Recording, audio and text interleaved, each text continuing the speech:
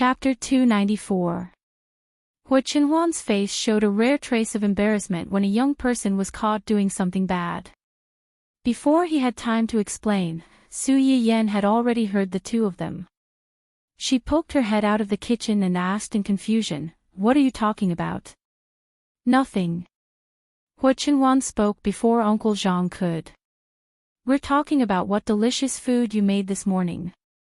I made some glutinous rice porridge and a few side dishes. You're in a special situation recently, so you should eat more bland food." When Hua Qinhuan heard Su Yiyan's words, alarm bells went off in his heart. As expected, he turned his head and met Uncle Zhang's gratified and loving eyes. Hua Qinhuan. Fine, now they couldn't clear their names even if they jumped into the Yellow River. Su Yiyan didn't notice the undercurrent between the two of them. After speaking, she retreated to the small kitchen and wanted to prepare the porridge and dishes as soon as possible. As soon as she left, Hua Qinhuan was slightly relieved. He braced himself to take the blame. "I'll be careful." Uncle Zhang's expression became more and more amiable. The young master was indeed the obedient and sensible young master who knew how to care for the people around him.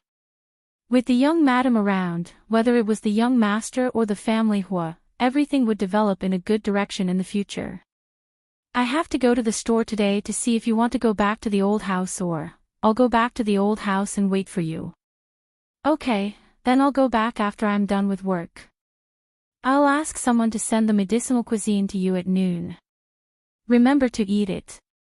After saying that, Su Yiyan was still a little worried and tried to find an ally for herself. "Uncle Zhang, the food I asked someone to send back is good for Qinhuan's health. Help me keep an eye on him and make sure he finishes it." Uncle Zhang smiled and replied, "Don't worry, young madam. I'll make sure the young master finishes the food. If he doesn't eat, I'll call you." "Okay, if he doesn't eat, just tell me. I'll talk to him." Hua Qinhuan smiled warmly as she watched the two of them getting along well. "It's only been 2 days, and Uncle Zhang is already on your side." Su Yiyan was like a victorious rooster. He raised his chin high and said proudly, "What can I do? Who asked me to be born so lovable, and flowers blossom when they see me?" Hua Qinhuan just smiled and didn't say anything. She just watched her play quietly. After breakfast, Su Yiyan left the island and went to the dining hall. Su Yiyan brought a part of the big pot of braised ingredients that he had cooked the day before, and asked Uncle Zhang to bring the rest back to the old house. In addition to the braising ingredients, Su Yiyan had also asked people to find some big red flowers to dye the red eggs that they had promised to send. She learned that Su Yiyan was going to dye the eggs with fresh flowers and give them to the customers as wedding gifts. The staff in the restaurant also came to watch one by one, hoping that they could be the first to eat the red eggs and get the blessing of the newlyweds. Therefore, when the red eggs were taken out, these people swarmed over, for fear that they would be one step behind others. Su Yiyan also taught a few people in the kitchen how to make sugar-coated haws and asked them to make a batch as today's small gifts. Of course, whether it was the red eggs or sugar-coated haws, the gifts were limited to today. If they wanted to eat more later, they could also send them, but they had to spend a certain amount in the restaurant. After a 3-day break, the dining hall opened again. Unsurprisingly, it was full again. Some of the customers who had been waiting for a long time came to eat and treat after hearing the descriptions of the previous customers, and some simply came for the red eggs that Su Yiyan mentioned in the live broadcast before.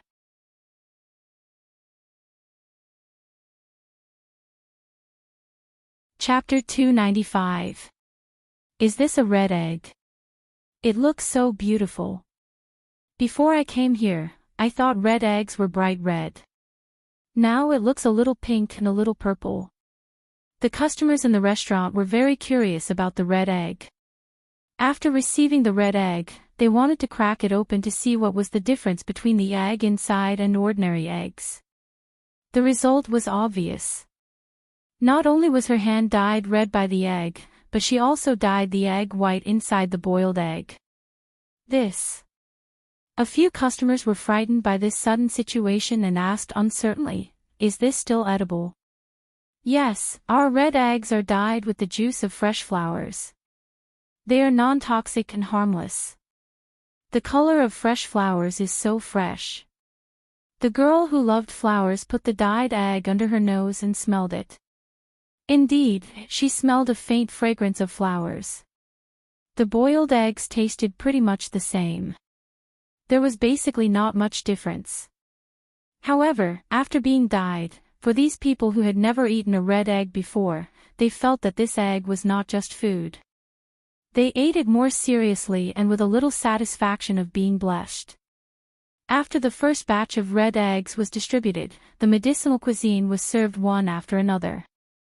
Along with the medicinal cuisine, there was a big round and bright red sugar-coated haw.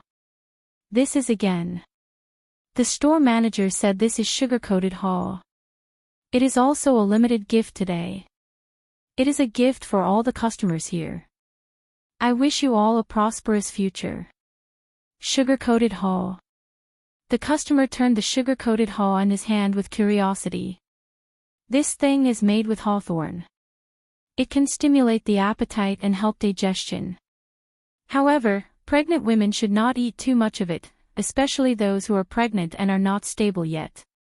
When the waiter said that, the pregnant women present did not feel offended. Instead, they felt that this restaurant was more considerate and cautious. It should be known that even in high-class restaurants, there were often people who suffered from some minor ailments because of eating some ordinary food. However, they had never seen the staff of a high-class restaurant so meticulously remind the customers to pay attention to it.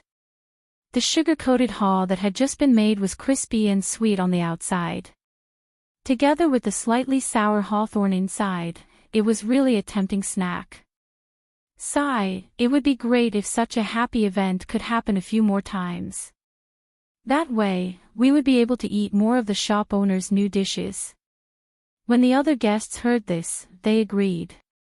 However, Su Yiyen couldn't help but twitch the corner of his mouth when he heard this from his employee. A few more times. How many times did he want her to marry him? However, when her uncle and aunt's baby was born or turned 1 month old, they could hold another event. After all, her uncle was one of the major shareholders of the store. It was better to share the joy with everyone than to share it alone. The 300 orders for the carnival restaurant had already been arranged beforehand. 150 for lunch and 150 for dinner. Only the identity information of the person who made the reservation could be used to purchase the order. The quota could not be transferred. In this way, not only could the burden of the store be reduced, but it could also prevent the appearance of some unscrupulous scalpers. However, the restaurant was closed for 3 days. Coupled with the temptation of the red eggs, the 150 customers at noon came especially early and packed together. Su Yiyen finally managed to finalize the orders for everyone. Before he could catch his breath, he received a call from his grandfather. "Yes, I'm at the restaurant now. What do you want to see me for?" "Who is it?" Su Yiyen had just finished speaking when he heard his grandfather mention a very familiar name. Yi Qiliang. Yi Qiliang, the dean of a university's Department of Pharmacy.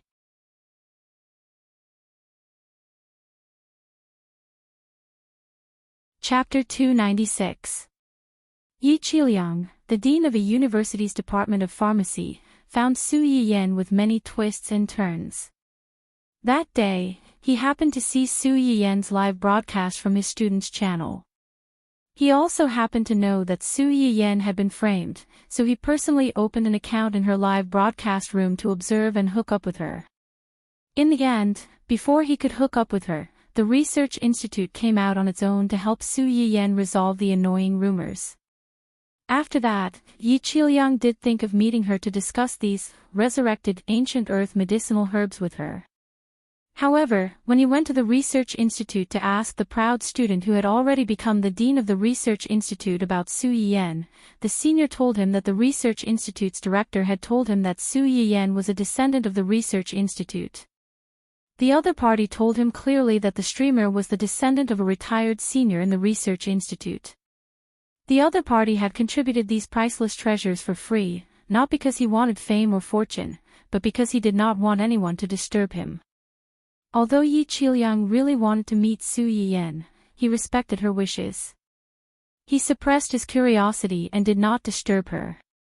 It was not until something happened recently that he had to thicken his skin and take the initiative to contact Su Yiyan's grandfather. Then, through Su Yiyan's grandfather, he found Su Yiyan. Su Yiyan was not repulsed by the old man who had helped her before, so she agreed to meet him during her free time in the afternoon. "You're Su Yiyan, right?" Yi Qiliang rushed to Su Yiyan as soon as he entered the door. His movements were so agile that he did not look like an old man in his 60s or 70s. Yi Qiliang looked Su Yiyan up and down. He was surprised and exclaimed, "You're really beautiful. You also know Chinese medicine and medicinal cuisine.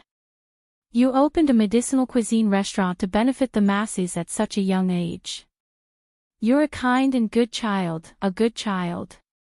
Su Yiyan was a little scared at first, but when she heard his string of flattery, she could not help but feel a little embarrassed. "You flatter me. I have nothing to do, so I'm just looking for a living." Yi Qiliang didn't think so. He smiled and said, "You don't have to be modest. Not to mention, with your family's conditions, you don't need to worry about making a living. If you really opened this shop for survival, you wouldn't have given those Chinese medicine seeds to the research institute for free." Su Yiyan smiled but did not reply. She didn't give out the seeds for a simple purpose. Moreover, she had investigated this professor before and knew that he was a respectable senior who had dedicated most of his life to pharmaceutical research. Therefore, she didn't argue with him. "Previously, I encountered some unpleasant things during the live broadcast. Thank you for speaking up for me, Professor. I have always been very grateful." Su Yiyan paused and sat opposite Yi Qiliang. She smiled and said, "I know that Professor Yi has always been interested in Chinese medicine. So, are you here to ask me about Chinese medicine? I did want to ask you about those medicinal herbs before, but that's not the reason why I'm here today." Su Yiyan was startled and a little surprised. "That is, I heard that you can give acupuncture to people." Su Yiyan was even more surprised.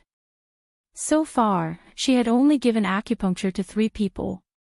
One was Ning Chirue, who was gradually entering the recovery period, another was Fan Weiming, who came to see her infertility, and the last was her own husband. "Where did you hear about this?" Yi Qiliang saw Su Yiyan's surprise and defensiveness. He didn't hide it and said truthfully, "Don't be nervous.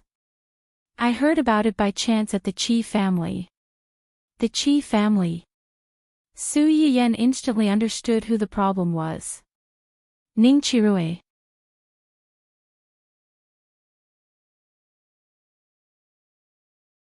Chapter 297. Yes, yes, yes. That should be the name of the Qi family's grandson. Su Yiyan caught the main point and probed, "You know Ning Chirue's grandfather? Old man Qi and I are in-laws. His son is my son-in-law." Su Yiyan was speechless. She had to give in to the intricate relationship between in-laws. It turned out that a few days ago, Ning Xiyuan and his brother could not completely hide Ning Chirue's illness from the public. As the youngest child of the Ning and Qi families, Ning Chirue had been doted on by both families since he was a child. The two families almost had their world come crashing down. Ning Xiyuan, who knew the truth but did not report it, almost had to eat his own father's bamboo shoots fried with meat. When the two families were in chaos, Yi Qiliang happened to be a guest at the Qi family's house, so he was concerned about his in-laws. That was how he found out about Ning Chirue's illness and that someone was treating him using the ancient Earth's traditional Chinese medicine methods. Yi Qiliang could still hold himself back from looking for her when Chinese medicine suddenly appeared. However, after learning that Su Yiyan actually knew acupuncture, which only existed briefly in ancient books, Yi Qiliang could no longer sit still. I know it's a bit abrupt to suddenly look for you, but I'm so curious and excited that I couldn't help but come and see you in person. Yi Qiliang could not help but stand up again and stare at Su Yiyan with bright eyes. Did you really use the ancient Earth's traditional acupuncture to treat old man Qi's grandson?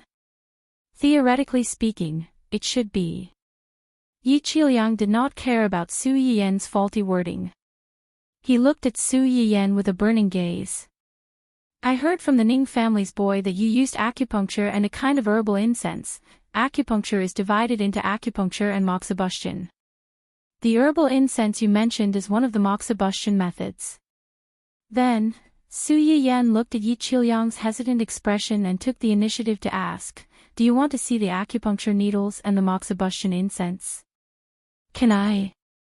Su Yiyan nodded and took out the set of acupuncture needles that he carried with him. The moment he opened it, Su Yiyan could clearly hear a few gasps coming from the surroundings. The young man beside Yi Qiliang could not help but complain, isn't this needle a little too long? Yi Qiliang was not frightened by these needles. Instead, his eyes lit up as he asked, are these the needles used for acupuncture? This is my first time seeing it. Can I touch it? The corner of Su Yiyan's mouth twitched slightly. Sure, I've just disinfected this needle before coming here. Sterilized. Yi Qiliang looked eager to give it a try. Then can you help me bandage it? Everyone, Su Yiyan was speechless. In all her life, this was the first time she had met such a brave warrior who was so eager to be stabbed. Indeed, an old senior who had sacrificed himself for art was not someone ordinary people could compare to. You can forget about it. This young lady doesn't seem to be feeling very well. You can give her a couple of needles to see what happens. The young lady who was suddenly called out. I'm not, I don't want it. Today, two of Yi Qiliang's outstanding students came with him. One was a boy and the other was a girl. The girl's name was Su Yanjun, and the boy was Ping Jiaji, who had sent the video to Yi Qiliang and asked him to take notice of Su Yiyan. No need, I'm fine. As soon as Su Yanjun finished speaking, she could not help but let out a particularly loud burp. Burp, Su Yanjun, everyone.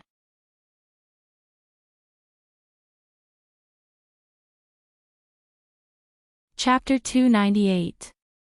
Su Yiyan chuckled. How long have you been burping? You've been burping since you came in. Su Yanjun opened her mouth and was about to say something, but she couldn't help but burp again. The courage that she had worked so hard to muster was mostly gone with the burp. She said miserably, it started the day before yesterday. I didn't take it to heart at first, but I didn't expect it to get worse in the past 2 days. Burp, Su Yanjun burped as she spoke. It was fine when she didn't speak, as she could hold it in. But now, it was like a switch was turned on, and she would burp every few seconds. Su Yanjun couldn't stop trembling every time she burped. She looked funny and pitiful. Burping is also called hiccup in Chinese medicine. There are many reasons to cause hiccup. It can be fear of the cold or stomach heat. Give me your hand and I'll take your pulse. You know how to take pulses. Yi Qiliang exclaimed. He stared at Su Yiyan as if he was looking at a talking golden doll. Su Yiyan was embarrassed. I know a little. Su Yanjun heard Su Yiyan's words and subconsciously glanced at her teacher. She found that his attention wasn't on her at all. She turned to look at her senior for help. Ping Jiaji received his junior's pleading gaze. His expression changed slightly, and he comforted her in a low voice. It's okay. We're all here. She won't do anything to you. Our dean is considered an authority in this area. If she doesn't have real skills and dares to exaggerate in front of the dean, isn't she seeking her own death? Also, didn't you see the recording in the live broadcast room? Maybe she really has a way. Su Yanjun heard him say so much, and her heart calmed down a little. She reached her hand over. Su Yiyen pinched her wrist and carefully felt it. He quickly came to a conclusion. Have you eaten something particularly cold recently? Something cold. Su Yanjun carefully thought about what she had eaten in the past few days and asked tentatively, does sea crab count? Yes. Su Yiyen withdrew his hand. Your body belongs to the weak type. You're congenitally deficient, and your constitution is cold. Now that it was winter, crabs were cold food, especially sea crabs, which were even more effective.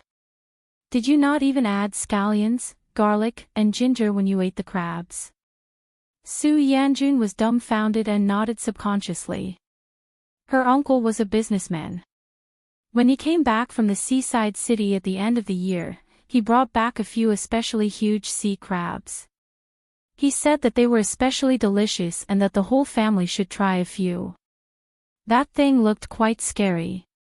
Her mother didn't know how to cook it, so she just boiled some water and steamed it. Then, she added some salt and was done. Now that Su Yiyen mentioned it, she suddenly remembered that on the night she ate the crabs, her stomach did not feel well and she had diarrhea twice. When he woke up the next day, he started to hiccup. When eating seafood, it's best to add some ginger, vinegar, and white wine. Otherwise, not only will it taste fishy, but it will also be cold and can't be suppressed. Su Yanjun looked embarrassed. She thought to herself that she hadn't eaten seafood in the past few years, so how would she know about these taboos? She didn't think that her condition had anything to do with her uncle. After all, her uncle had good intentions and did give some to each family. It was just that other people didn't have any problems eating it. She was the only one who had problems eating it. It could be said that he had done something bad with good intentions. It's not a big problem. First, I'll give you an injection. Then, I'll get someone to cook some medicinal cuisine for you to warm your stomach.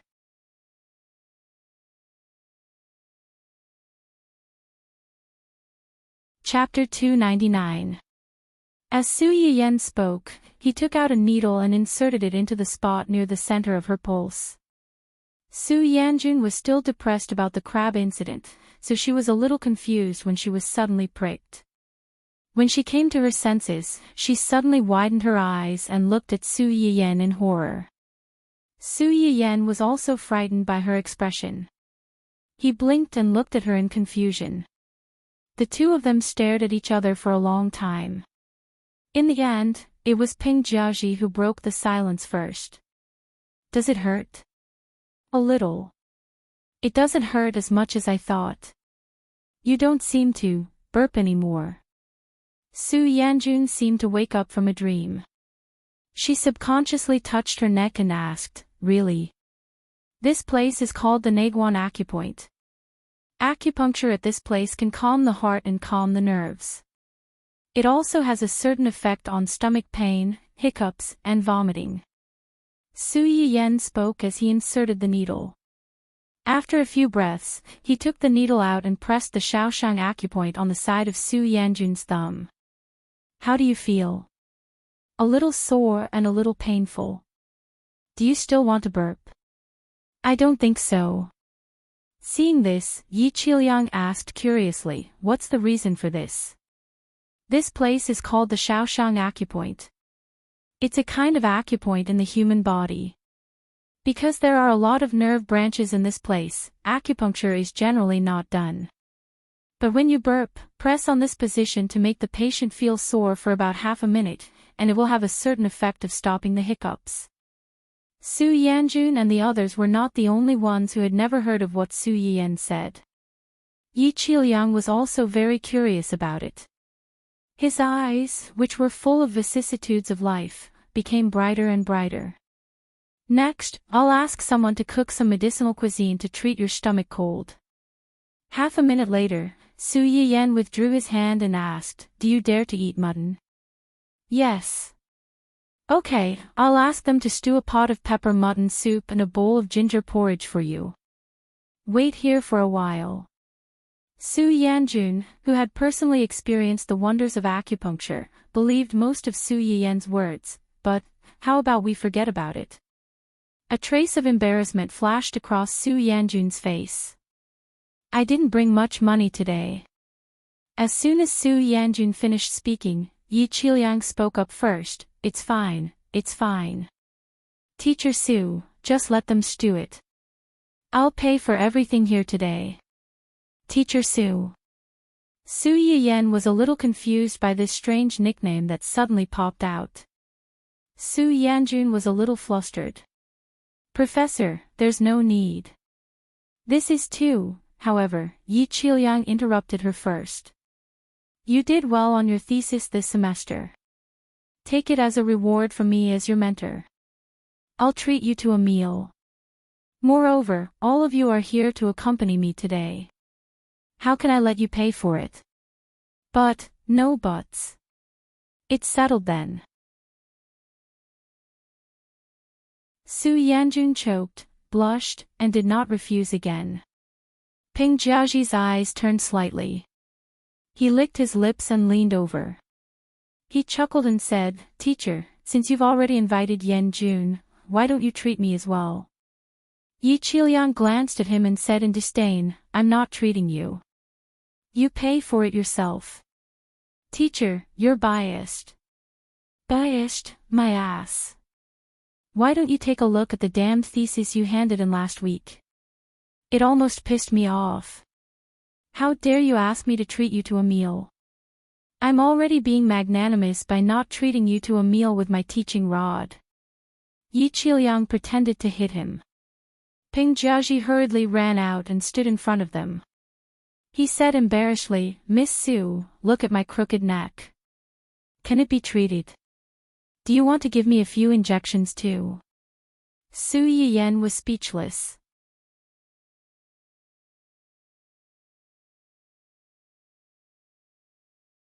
Chapter 300. The crooked neck that Ping Jiaji mentioned was not really crooked, but a stiff neck. A week ago, Ping Jiaji went back to his hometown. Due to the new house moving, he temporarily stayed at his uncle's house for 2 nights. He was used to a soft pillow, so after sleeping on his uncle's hard, super high pillow for 2 days, he could not move his neck anymore. It hurt when he tried to straighten it slightly, and it turned a good young man like him into a crooked neck. If this continued, how could he find a wife in the future? Wasn't this a blatant warning to girls not to hang themselves on his crooked neck? Su Yiyan got up and pressed him into the chair.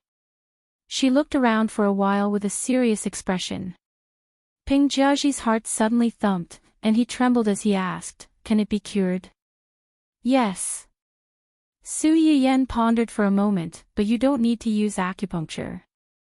Let me give you a massage." Massage. Yi Qiliang's mind was hooked by this new term. It's also a kind of treatment technique.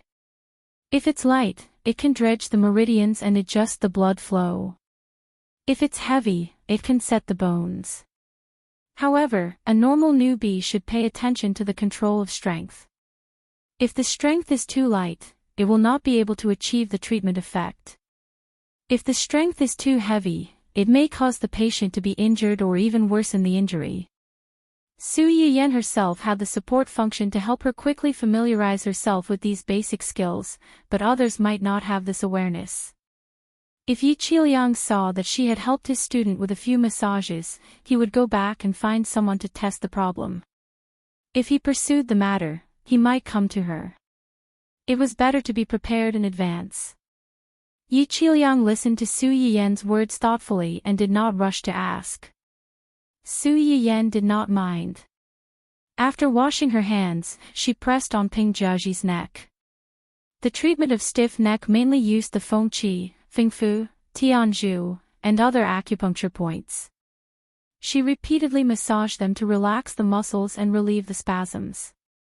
For more serious cases of stiff neck, she also needed to use some extreme measures. Ping Jiaji's stiff neck was already considered serious because of the time and the nerve compression.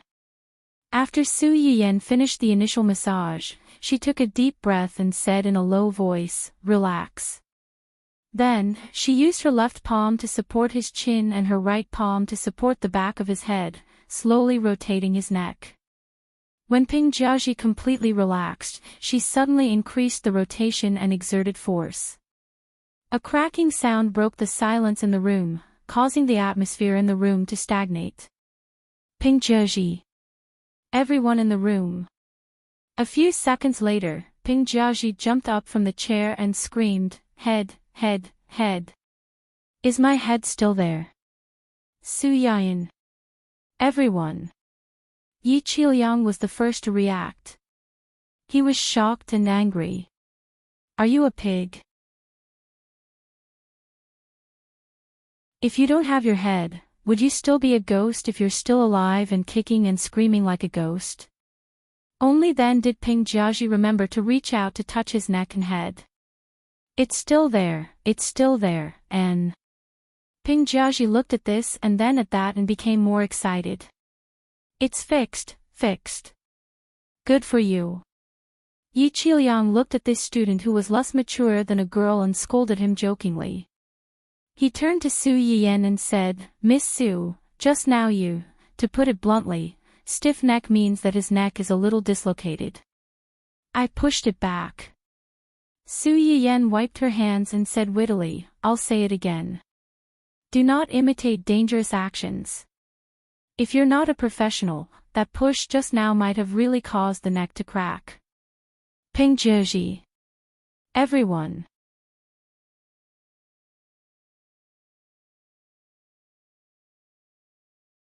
Chapter 301. Ping Jiaji's face was ashen. He felt a sense of fear and relief after escaping from a disaster. Your pillow is mainly due to your improper sleeping posture and the pillow. Be more careful in the future. You don't want to experience that again, right? Ping Jiaji nodded with a pale face. He felt that after today, the word pillow would leave a psychological shadow in his heart. QAQ. After the scare, they no longer had any doubts about Su Yiyan's ability. Su Yiyan had just informed the kitchen to prepare an extra portion of medicinal cuisine for Su Yanjun. When she looked up, she saw Yi Qiliang's excited and twisted expression. She was so frightened that she gasped. Su Yuxuan and Qing Juanhao, who came along because they were worried, had been on the sidelines. They hadn't even reacted to the fact that their little sister, niece, had learned these strange abilities that they had never heard of before. When they saw this scene, they frowned slightly and rushed to Su Yiyan's left and right, blocking Yi Qiliang, the weird grandpa, to prevent him from doing anything strange to Su Yiyan. Yi Qiliang also realized that he had lost his composure. He coughed softly and rubbed his hands. "I don't mean any harm. I'm just a little excited. Also, I have something that I need Teacher Su's help with. You can just call me by my name." Su Yiyan still didn't let down her guard. She had a feeling that something bad was going to happen after Yi Qiliang called her Teacher Su. As it turned out, her sixth sense was quite accurate. "What do you want me to help with?" "I'm going to set up a new subject in the school." Qing Juanhao furrowed his brows and asked first, "What subject?" "It's a subject that specializes in teaching people how to identify these Chinese herbs and how to use them. It's also a subject that allows people to choose some Chinese medicine skills." Su Yiyan was startled by his words. A bold idea came to her mind. "You can't be. I want to invite Miss Su to be a special lecturer for this subject." "Teacher." Su Yiyan was stunned. No wonder he kept calling her teacher. He was waiting for her. No. I can't do it. I've never wanted to be a teacher. Moreover, my ability isn't enough to teach others. You think too highly of me. Yi Qiliang only felt that she was being modest. If you can't do it, I'm afraid no one else in this world can. Before I came, I had some doubts. But now that I've seen your ability with my own eyes, I've underestimated you. The expression on Su Yan's face froze. She did not know how to accept the compliment from the elderly. Yi Qiliang misunderstood her hesitation and said dejectedly, "Of course, I also know that this request is very presumptuous. After all, these things is, of to a certain extent, the skills to a person's or of A's or his or of their skills. The rarer something was, the more precious it was. But if these things were really made public, how could these people make profits and insure their lives? As the saying goes, cutting off one's source of income is tantamount to killing one's parents." When he heard that Su Yiyan had given the seeds to the research institute for free and opened a medicinal cuisine restaurant with a low average price, he naturally thought that she would help. But he neglected the fact that she was willing to take out these things because he was magnanimous. But if he forced her to take out these things, he would be asking for a yard after taking an inch, and his morals would be taken hostage.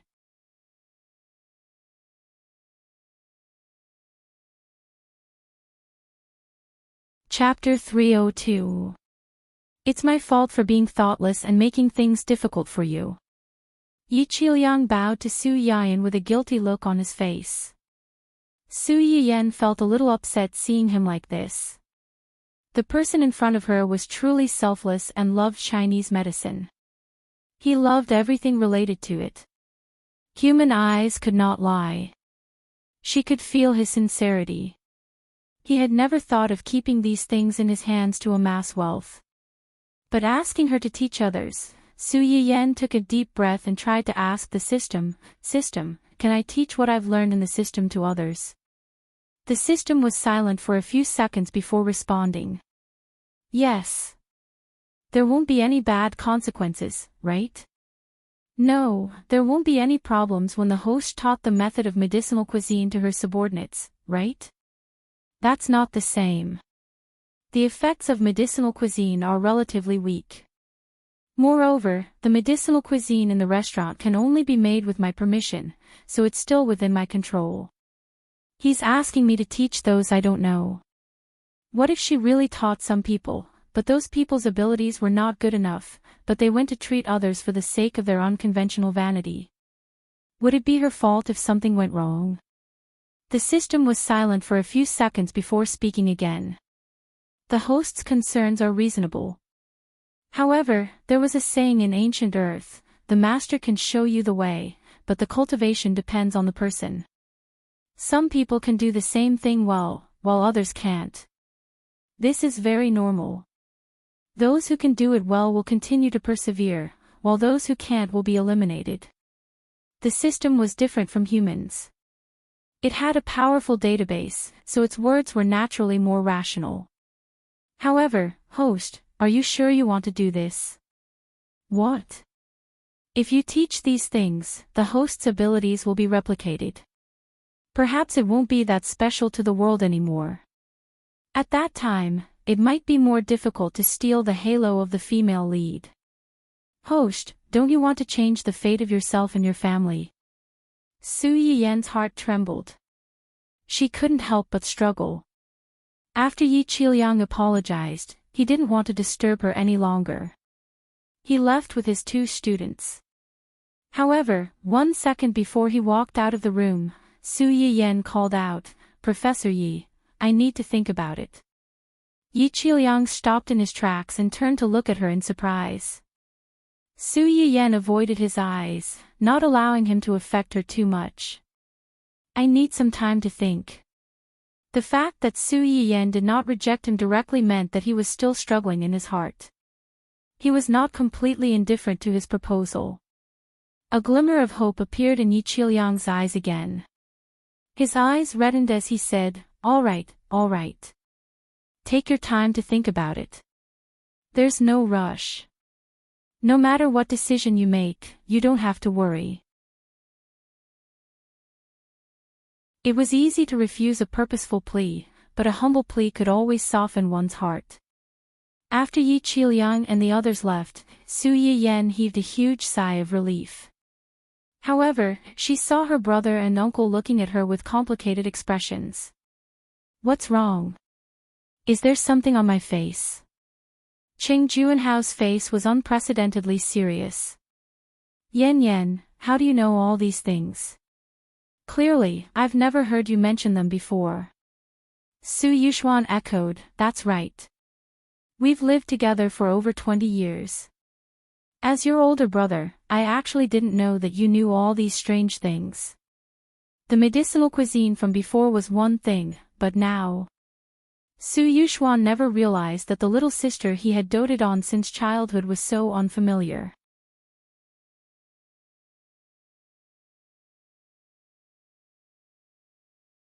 Chapter 303. It wasn't that Su Yiyan hadn't imagined such a scenario before, but when it really happened, there was an indescribable complexity in her heart. After a moment of silence, she said in a hoarse voice, detected that the host has the intention to expose the system. Warning, warning, warning. The words that were about to come out of Su Yiyan's mouth were forcefully stopped by a bunch of big red and bold exclamation marks. What? I'm saying that the reason why I know and understand these things is because of Grandpa. Grandpa. Su Yuxuan turned to look at Qing Juanhao, and they both saw the unexpected surprise in each other's eyes. You're saying that Grandpa taught you all these things? To be precise, it's the information that Grandpa gave me. Qing Juanhao still didn't believe it. Why haven't I heard Dad mention this before? Su Yiyan's eyes were slightly red, and she tried her best not to let the two of them see her nervousness and guilt. This is a secret between Grandpa and me. A secret. Qing Juanhao felt more and more ridiculous. Then why are you talking about it now? Moreover, Dad was clearly very surprised when he saw you cook those dishes before. Most importantly, if his father already knew about these things, then why didn't he say a word for so many years when he could have helped them? Why did he just watch them do all kinds of things for their child? Su Yiyan knew what Qing Juanhao wanted to say, so she hurriedly explained, I got the medicinal cuisine recipe from an old friend of Grandpa's who passed away 2 years ago. Although Grandpa knew about it, he didn't know what was written in it. An old friend who passed away.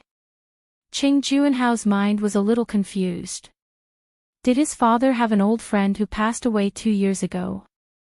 Yes, it's an old friend who lives in a more remote area. You can go back and ask Grandpa.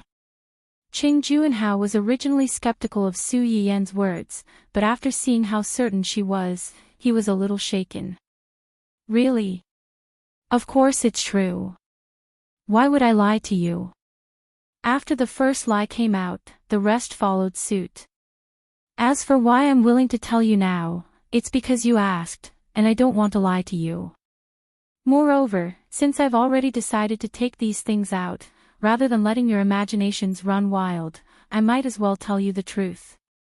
Su Yiyan looked at Qing Juanhao apologetically as she said, Uncle, I didn't mean to be indifferent to your anxiousness. It's just that my treatment method is too unique.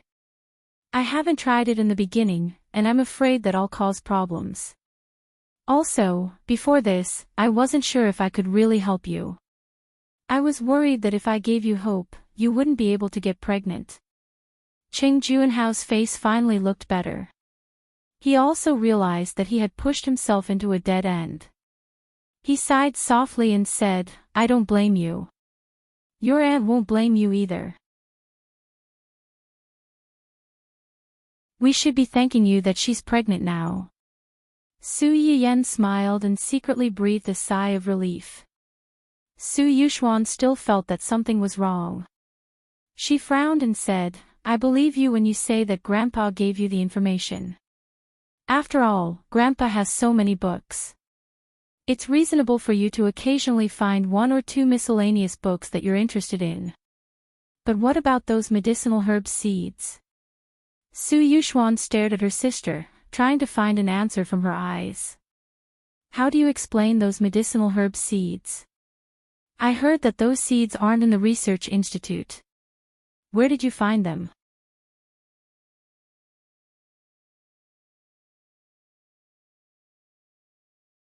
Chapter 304. Su Yiyen's heart skipped a beat when she heard this. She secretly rejoiced at her grandfather's foresight. Back when she decided to give the seeds to the research institute, her grandfather was worried about her situation and generously gave her an empty shell team at the border. To the outside world, it was said to be involved in all kinds of zoology and botany research. Su Yiyen's Chinese herbs were accidentally discovered there. Of course, this empty shell team was just a false name to deceive some observant people. They would still know what they needed to know. It was just that in the game between superiors, most people only cared about benefits. They had a tacit understanding that no one should cross the line. Those seeds were the research results of one of my grandfather's subsidiary companies. The research only started a year ago. However, I was the one who provided the idea. After Su Yiyen finished speaking, she glanced at her brother and snorted coldly. She pretended to be angry and said, "If you don't believe me, you can ask grandfather." Su Yuxuan looked embarrassed and said, Okay. It's not that I don't believe you. I'm just worried that you'll be deceived." Su Yiyen raised her eyebrows and sneered, "Deceived? Are you saying that grandfather lied to me?" No. I definitely didn't mean that." Su Yuxuan didn't have as much face as his sister in front of grandfather Qing. In front of this elder, he was just like his brothers and sisters in the same generation. He was more or less afraid. Now that Su Yiyen mentioned grandfather Qing, he was at his wit's end. He quickly raised the white flag and begged for mercy. "It's my fault. I said the wrong thing. My good sister, please don't tell grandfather what I said. Now you know how to be afraid." Su Yiyen crossed her arms and turned her head away with a smug look on her face. Neither of them could see the relief on her face. For the time being, she managed to fool the issue of her ability. However, Yi Qiuliang's matter was still a big problem. "What do you plan to do about what the old professor just said?" Su Yiyen shook her head and said dejectedly, "I don't know." Su Yuxuan knew that her sister was soft-hearted and couldn't stand other people begging her. She frowned and reminded her, "If you don't want to, just refuse. It's no big deal. The thing is in your hands, so it's yours. You have the right to decide whether to teach it or not." The familiar concern and protection made Su Yiyen relax a little. She smiled and said, "I know. I will think about it carefully. Your grandfather and I have to go back tomorrow. I'll leave Shuiru and the child to you." Qing Juanhao wanted to stay for a while longer, but there were a lot of things waiting for him to deal with in the main family, so he couldn't delay. "Uncle, don't worry. My mother and I will take good care of my aunt and my future cousins." "Yes." Su Yiyen, who had carefully dealt with the two of them and did not reveal any flaws, collapsed on the chair as soon as the two of them left, as if he had just fought a great battle. After she caught her breath, she immediately contacted her grandfather, who had been dragged into this mess by her. "Grandpa." The moment the call was connected, Su Yiyen could only call out, "Grandpa." The rest of her words seemed to be blocked by something and were stuck in her throat. "Yes, old man, you went to look for you." Old Master Qing seemed to hear something wrong in her voice. He asked with concern, "Did he bully you?" "No." Su Yiyen listened to his voice and felt indescribably complicated. Her throat moved a few times before she said in a hoarse voice, "I just told a lie. A very big lie to my brother and uncle."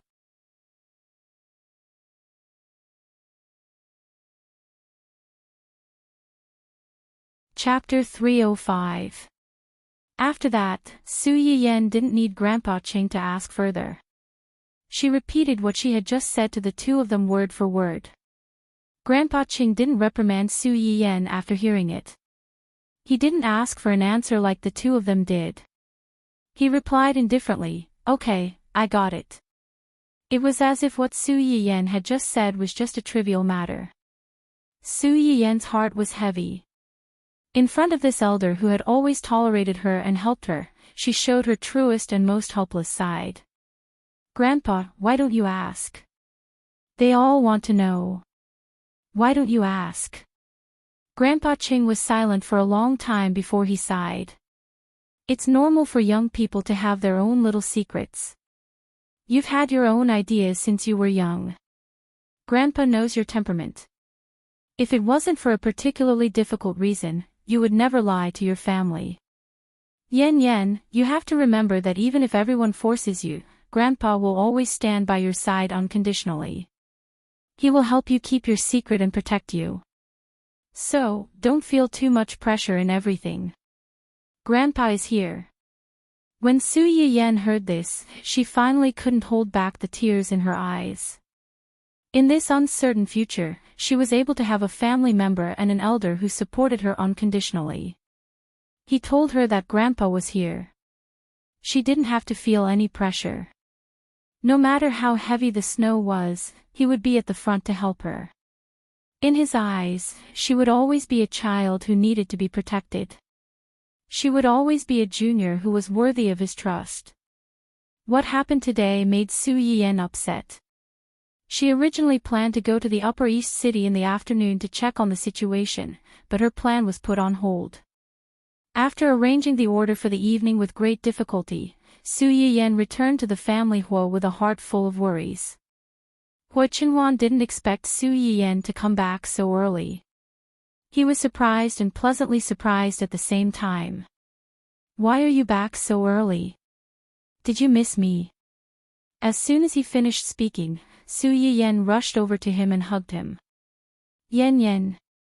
Hua Qinhuan was keenly aware that Su Yiyan's mood was not right. He patted her back to comfort her and asked, "What happened? Did someone bully you?" "No, no one bullied me." "Then I want to ask you a question." "What?" "If there's something that benefits the public, but it may not be appreciated by others, or even cause trouble for you and by your family, would you do it? If that's the case, would you still be willing to do it?"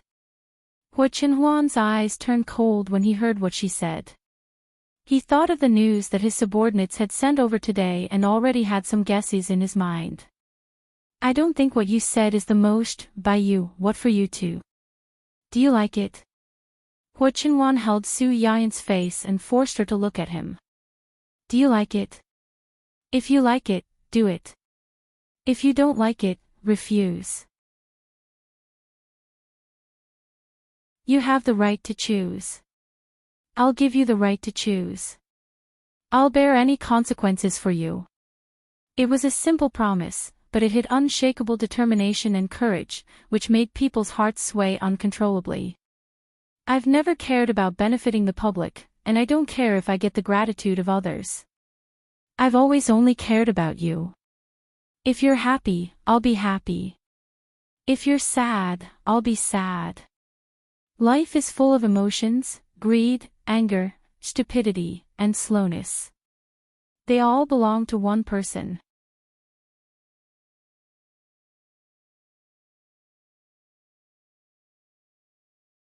Chapter 306.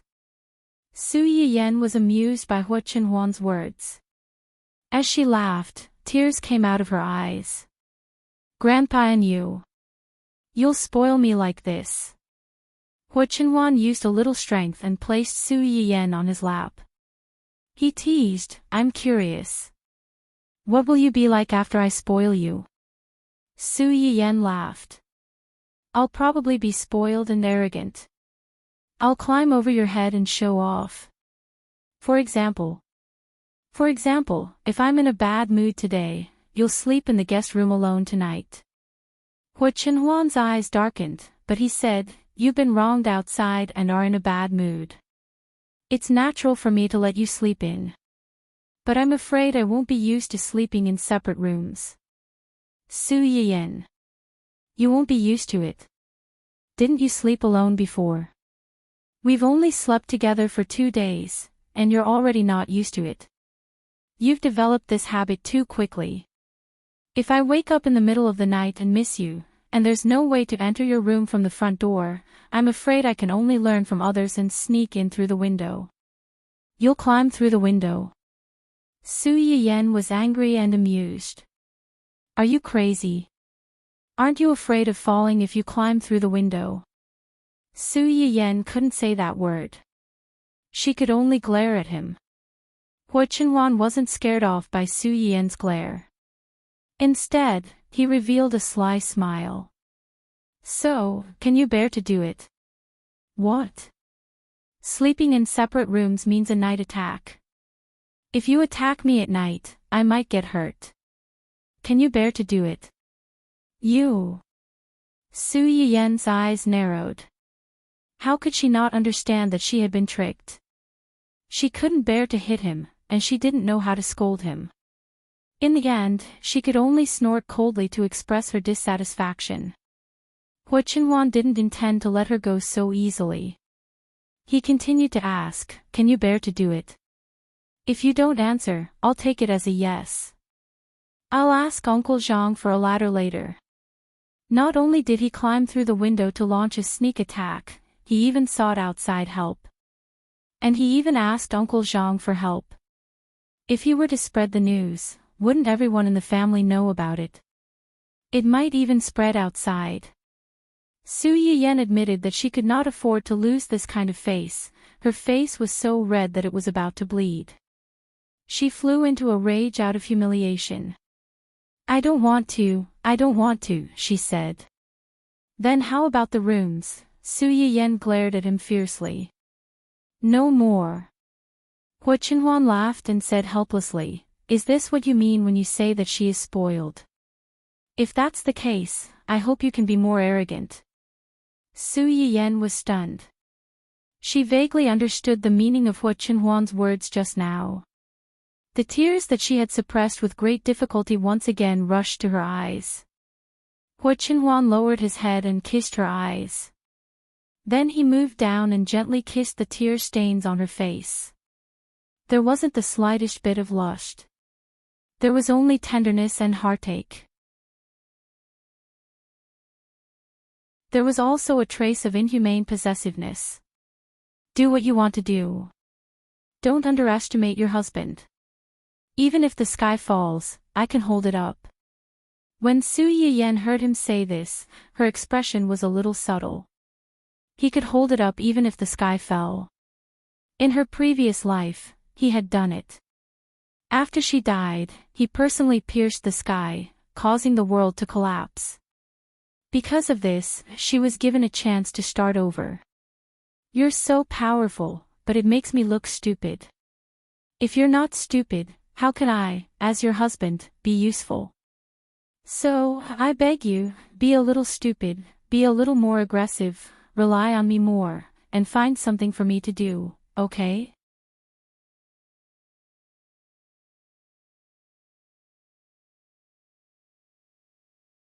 Chapter 307. Hua Chenhuan's comfort stabilized Su Yiyen's emotions, but she did not come to a conclusion immediately.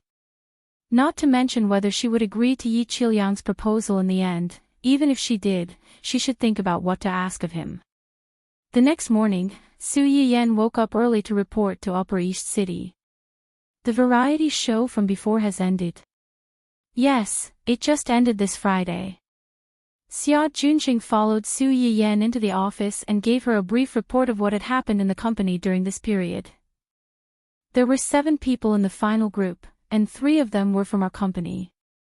Su Yiyen sat on the person in charge's swivel chair and simply turned around. She asked curiously, 3 people. Who are they? They are Jing Qiuying, Huang Zitong, and Yun Luoshan. Yun Luoshan. That little girl beside you sure last time. Su Yiyen raised her eyebrows. If she remembered correctly, that girl seemed to be in the 20th position at that time, which was why she was squeezed out by Wen Jingping. How long had it been? Had she improved so much? How are her abilities? She sings very well. Her voice is quite recognizable and steady. She's not very good at dancing. Xia Junqing was a little surprised that this girl could persist until the end. I heard that she tried her best to suppress when Jinping in the second half of the show. She worked very hard. Su Yiyan nodded thoughtfully and smiled. She knows how to use her strength to shut people up, not her ability and bravery. Not bad. It's just that most young people her age don't have independent opinions and are easily influenced by others. Who's her manager? How's his character and ability? Her manager's surname seems to be Chao. He's been in the company for almost 2 to 3 years. His surname is Chao. Su Yiyan frowned. Has he groomed any famous artists? I don't think so. Su Yiyan pondered for a moment, then turned her attention to the other 2 people. What about the other 2? How are your abilities? The other 2 are more versatile types, especially Xing Qiuying. She's now the captain of a group. Both of them are very popular and can develop in the direction of being versatile artists. Xia Junqing subconsciously glanced at Su Yiyan when he said this. These 2 were the ones that Su Yiyan had specifically mentioned that they could focus on nurturing. With their abilities, even without Su Yiyan's words that day, the company would definitely focus on promoting them. However, he was able to tell with a single glance that these 2 were more capable than the others. This insight was enough to make him treat them differently. To put it bluntly, an entertainment company was just an investment, and the company's artists were their investment targets. If the value that the artist brought to the company exceeded the resources that they had obtained for him, it meant that the investment was a success. Otherwise, it would be a failure. As a company's decision-maker, it was crucial to the company's future development whether he could become one of the best steeds that Bo Lu had chosen, or whether he would be blind and miss the pearls of the sea because of a pile of fish eyes. Su Yiyan pondered for a moment, as if she had already expected this outcome. Where's their manager? Is he the same as Yun Luoshan? That's not it. Xia Junqing flipped through the relevant information of the 2 and quickly found the information about this manager. He's a newcomer behind the scenes. He used to do variety shows. The reason why he can manage Xing Qiuying and the others is that they were discovered by him.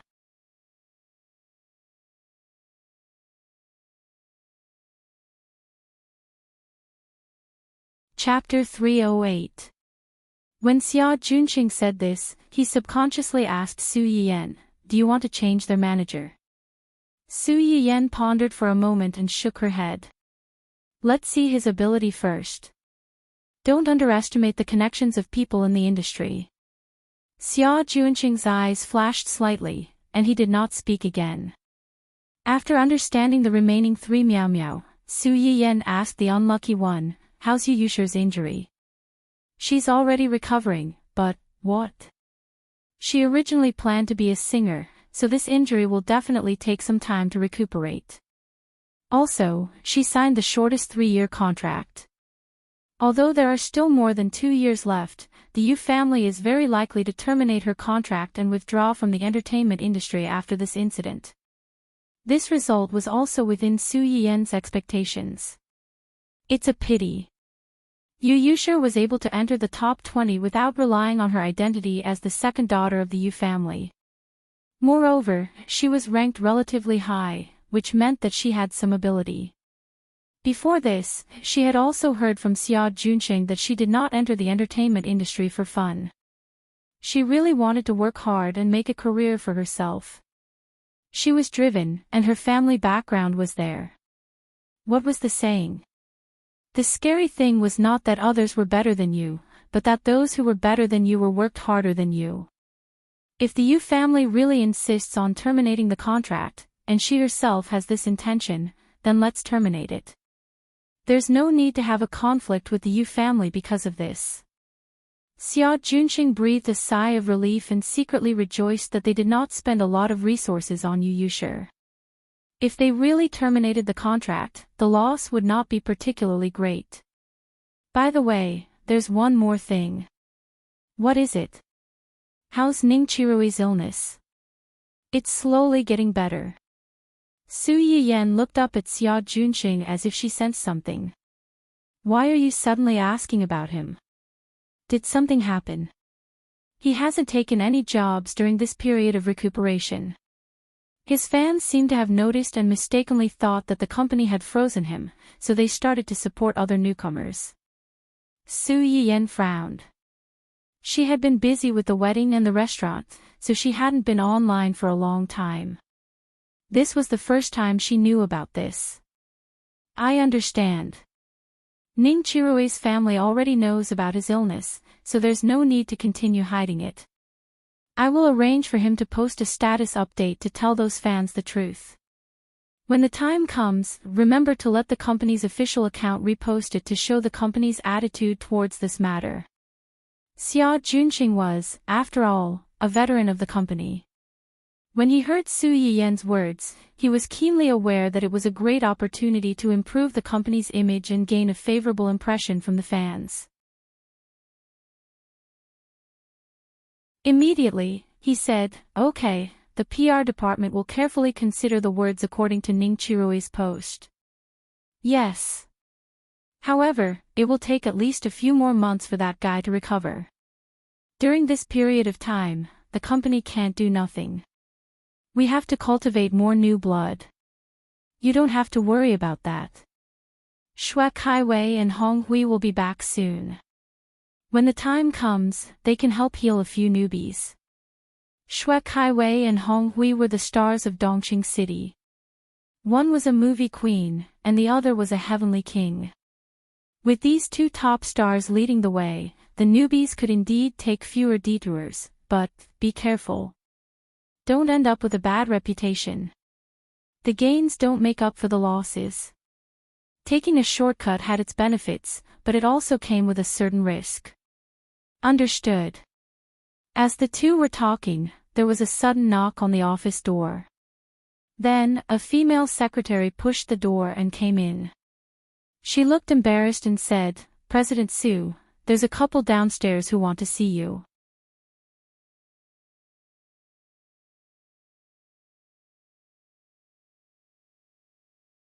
Chapter 309. Couple. Su Yiyan's face darkened. She immediately thought of two people. After going around in circles, were they back to the original plot? But this time, Xia Junqing frowned when he heard the female secretary's words. He said sternly and unhappily, "Are you just going to let them do as they please? What did I tell you before? Outsiders have to make an appointment in advance to see President Su. We are an entertainment company. How can we casually let unknown people in? What if something happens? If those two dare to cause trouble here, we'll get the security to kick them out." But the female secretary looked troubled. But those two people said that they knew Director Su and were his friends. They even threatened to fire us if we didn't come up and report. Su Yiyan laughed sinisterly. "I don't know when I got to know such arrogant and domineering friends. Did they say what their names were?" "Yes, yes." The man said his surname was Hua. Hua. Could it be? Xia Junqing instinctively looked at Su Yiyan with a subtle expression. Su Yiyan saw through his thoughts. The corners of her mouth twitched.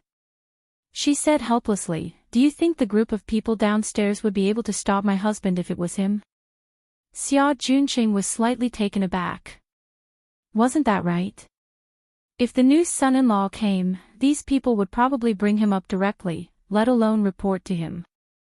Also, she just said that they were a couple. Wasn't he afraid that she would skin him alive when they got home? At that moment, Hu Chenhuan, who had just received news that those two people were looking for trouble with his wife, suddenly felt a chill run down his spine. The raging anger in his heart suddenly subsided. Xia Junqing couldn't help but rub his nose awkwardly when he heard this. He was so focused on the fact that the man's surname was Gu that he forgot that the female secretary had mentioned that they were a couple. However, the couple's surname was Hua. Could it be? Xia Juanqing's face completely darkened when he thought of this. Since they're already here, let's go down and meet these ignorant weirdos, said Su Yiyan as she walked out. Xia Juanqing was worried and hurriedly followed. Yayan, those two people are making a fuss downstairs, asking to see you. It's obvious that they are not here with good intentions. Wouldn't it be too? Before Xia Juanqing could finish, Su Yiyan interrupted him. What we want is for them to come with ill intentions. Have you forgotten who I am now? What was his identity? Xia Juanqing frowned slightly and answered tentatively, the boss of the East City. No, I'm Hua Chenhuan's wife, Mrs. Hua's family Hua. Xia Juanqing was stunned. After her reminder, he finally remembered the messy relationship in the family Hua. For a moment, he didn't know what to say. Why are there a few people carrying cameras over there? Did they bring it? Su Yiyan had just come down from upstairs when she saw a few reporters with cameras blocking the entrance of the company from afar. The female secretary followed closely behind Su Yiyan and answered cautiously, I don't think so. These people seem to be here to interview a few of our company's female artists. Interview? Su Yiyan narrowed her eyes and joked, in a while, go over and lure them closer so that you can take more photos. Su. Photos. Just say that our company is giving them a piece of big news for free. In exchange, they can't ask any random questions when interviewing our artists.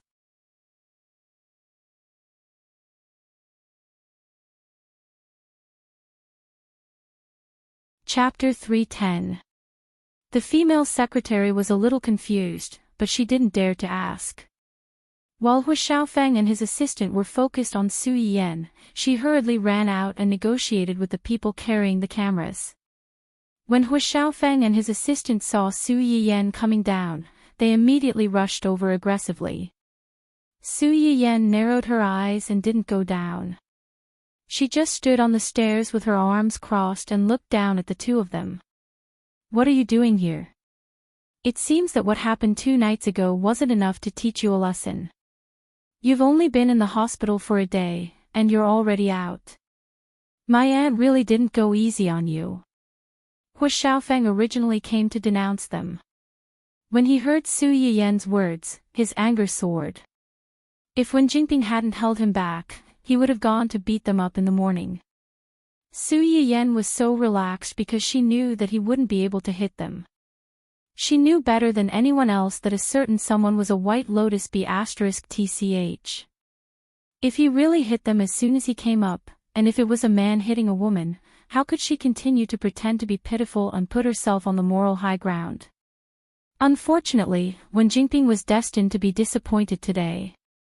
She stood here facing them today to let this woman relive the nightmare of losing everything in the hospital last time. What? You want to hit me again? Su Yiyan looked at the two of them with disdain and disgust. You came to my territory and wanted to hit me, the owner. Do you really think that my security guards are just decorations? Hu Xiaofeng and his assistant narrowed their eyes, and their hearts skipped a beat. Only then did they notice that the security guards, who were originally observing them from afar, had quietly gathered around them. They had a serious look on their faces that said, if they dare to act rashly, they'll immediately pin them down. Hu Xiaofeng's aura suddenly weakened a little, but he still sneered. So what if you hit me? Su Yiyan, don't think that you married Hu Chenhuan. Hu Xiaofeng wanted to blurt out the word, cripple, but he suddenly felt a pain in his lower body. The beating he had received earlier had left a huge psychological shadow on him. Before he came here, he had a belly full of anger and his heartache for Wen Jingping, which made him temporarily forget how terrifying Su Yiyan was. Now that he thought about it, his imposing manner weakened a bit, and he didn't have the same confidence as before. Don't think that you can do whatever you want just because you married into the family Hua. Everyone knows that my father is in charge of the family Hua. Hua Chenhuan, at first, Su Yiyan was still lazily watching Hua Xiaofeng stomp his feet. However, when he heard Hua Chenhuan's name, his face sank and became aggressive. Young Master Hua, since you already know that I'm married to your youngest uncle, you should know that in terms of seniority, you should call me aunt. Is this how the Hua family teaches you to call your elders by their names and yell at them? Hua Xiaofeng instantly choked and retorted fiercely, don't forget that you're also a member of the family Hua now. Oh, if that's the case, I shouldn't have said that. Let me correct you. Is this the way your family Hua, who has already moved out of the old mansion, is raised? As soon as these words came out, Hua Xiaofeng's face turned completely green. It could be said that the head of the family lived in the old mansion. It was a common rule in every family. However, when Hua Chenhuan's father left a will, he gave the Hua Corporation to Hua Qihan, but the old mansion was given to Hua Chenhuan. As a result, their family had no choice but to move out of the old mansion, which made them the butt of many people's jokes. Su Yiyan brought up the old matter at this time, and it was obvious that she was poking at their hearts.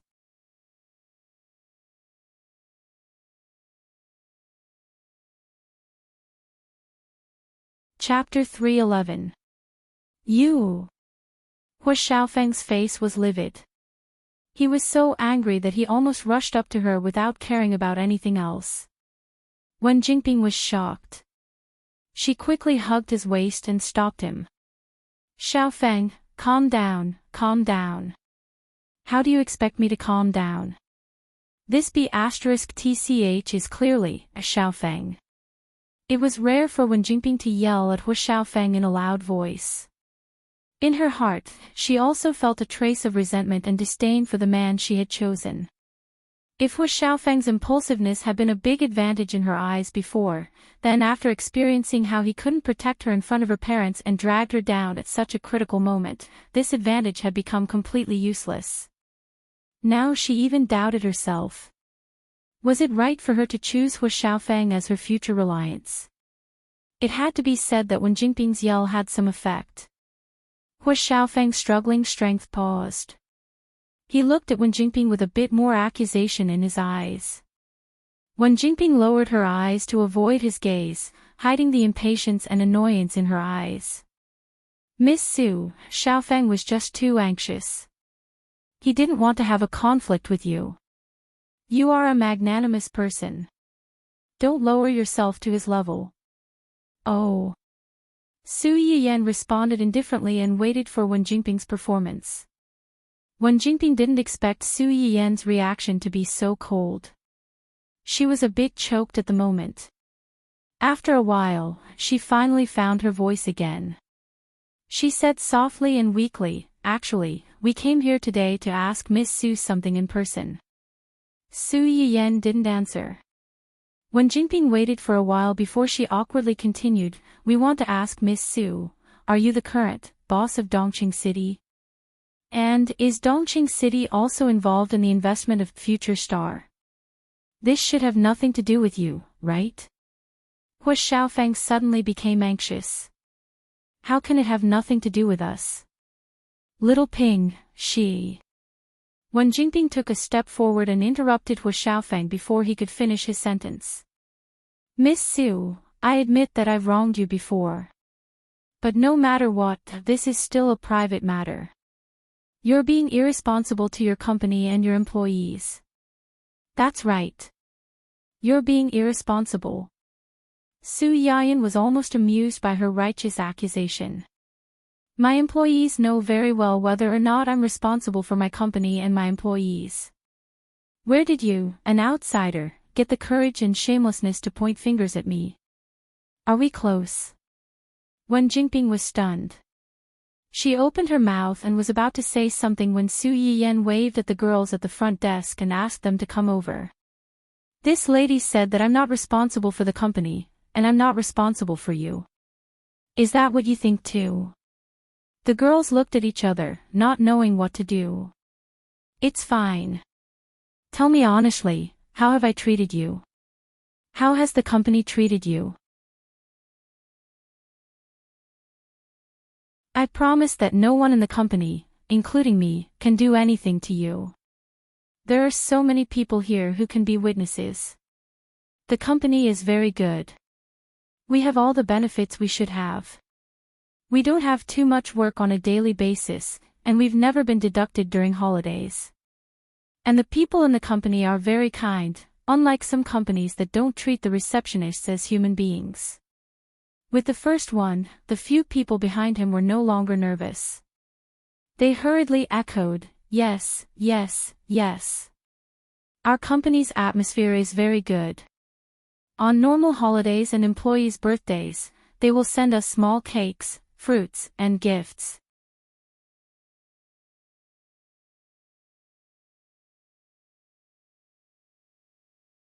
Chapter 3:12. In my opinion, these are not the most important things. Isn't the most important thing that you can meet all kinds of stars at the gate every day and ask for their autographs occasionally? The girls were chattering about the various benefits of the company and did not notice the extremely ugly faces of the two men. When Jinping saw that before she could accuse Su Yiyan of using public resources for personal gain, Su Yiyan changed the topic and inexplicably promoted the employee benefits of Su Yiyan's management company. Her expression was extremely ugly. Hu Xiaofeng frowned and jumped out almost immediately after hearing their discussion. You are the boss of the company.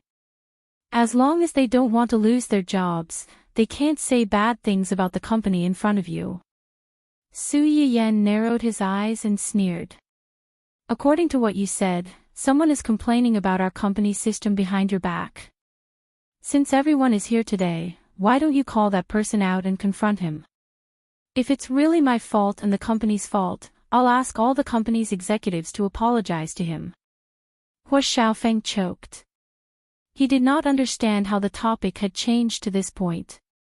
Su Yiyan had the initiative and everyone's attention was diverted by him. Most importantly, he could not call that person out at all. The so-called Su Yiyan abusing his power for personal gain was originally their guess and imagination after they found out that Su Yiyan was the boss of Dongqing Entertainment, and Dongqing Entertainment happened to be the main investor of Future Star. It's still the same sentence. They only dare to say these words behind your back. If they really come up to you, will you let them go? That's funny. They are unwilling to stay in the company and suffer, but they can't bear to leave this job. Don't you think it's contradictory? Su Yiyan's casual words nailed Hu Xiaofeng to a dead end. The others gradually came to their senses. Wasn't that right? According to Su Yiyan, the so-called employees that Hu Xiaofeng mentioned were people who were dissatisfied with the company but were reluctant to leave because of the benefits that the company could bring them. Was his complaint about Hu Xiaofeng just a casual remark out of spite, or was he purposely urging Hu Xiaofeng to be the first to stand out for him? If it was the former, then Hu Xiaofeng's actions could be considered as meddling in other people's business. That employee probably hated him now. If it was the latter, then Hu Xiaofeng was an idiot. He had been sold, yet he still wanted to count the money. No matter which type it was, he belonged to the thankless type. The gazes of the people around him instantly became thought-provoking. What a pity, he looked like a dog, but his brain wasn't that smart. How could Hu Xiaofeng not see the pity and mockery in everyone's eyes? He was a young master who had been spoiled since he was a child. How could he endure such humiliation? His face was as black as the bottom of a pot. Su Yiyan only felt an indescribable sense of irony and satisfaction. Of course, she knew that Hu Xiaofeng couldn't find the culprit. Because she knew very well that the reason why Hu Xiaofeng was angry was because of Wen Jinping, and not because of the so-called internal employees of the company. But if she thought about it carefully, this virtual employee was very similar to Wen Jinping. For her own benefit, she asked Hu Xiaofeng to bring her here. She watched with an innocent and hurt face the whole time. She asked Hu Xiaofeng to stand up for her and added fuel to the fire from time to time. She didn't seem to have much of a presence, but in fact, she simply treated Hu Xiaofeng as a marionette. Only Hu Xiaofeng, the idiot, didn't realize it and thought that he was the dominant one between the two.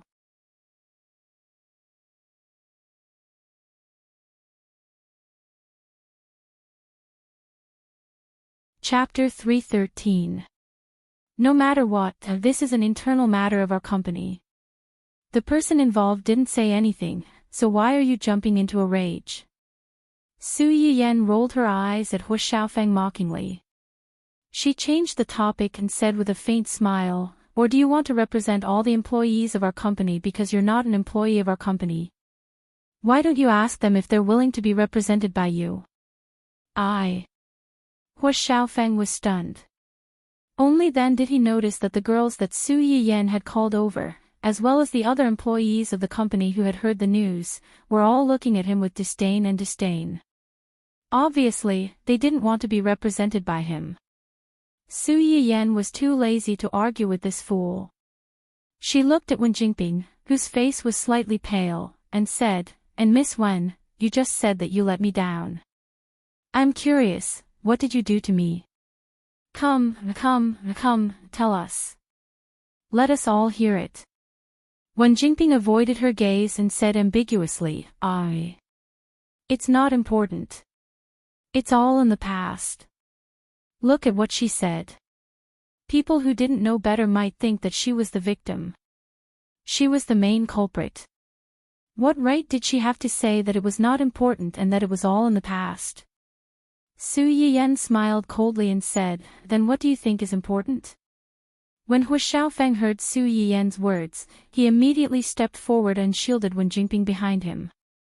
He looked like a hero saving a damsel in distress and said, "Of course it's because you hate little Ping because of what happened before. You deliberately interfered with the results of the competition and eliminated little Ping. If you're not abusing your position to take revenge, then what are you? You think I'm the one who eliminated her? Who else could it be if not you?" After being reborn, Su Yiyan still couldn't understand how Hu Xiaofeng could become the world's male lead with such a weird brain circuit. What evidence do you have to prove that I eliminated her? Just because I'm now the person in charge of Dongqing, and Dongqing is one of the big investors of that variety show. Hu Xiaofeng frowned. Just as he was about to speak, Wen Jingping spoke up weakly behind him. "I know my ability is limited, but in the end, Dongqing took up 3 spots. Although I'm not saying that they're bad, isn't this kind of result a little unfair to those girls who worked hard?"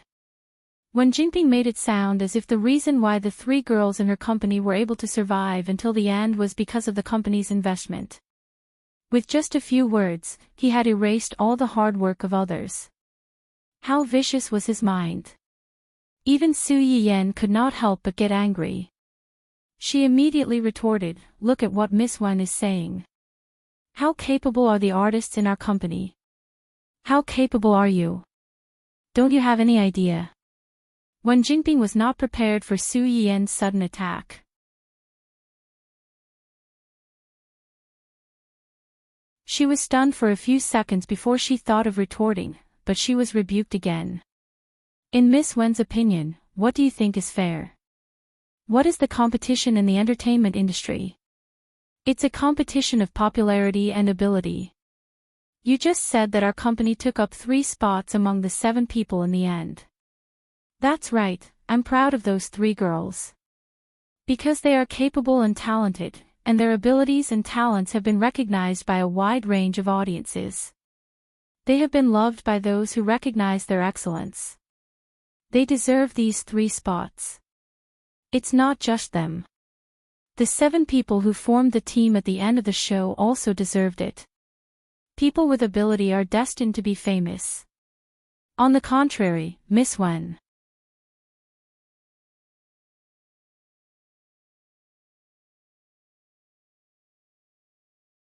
Chapter 314. Su Yiyan stared into Wen Jingping's eyes and walked down the stairs step by step. "Miss Wen, do you think you're qualified to be one of the 7 contestants?"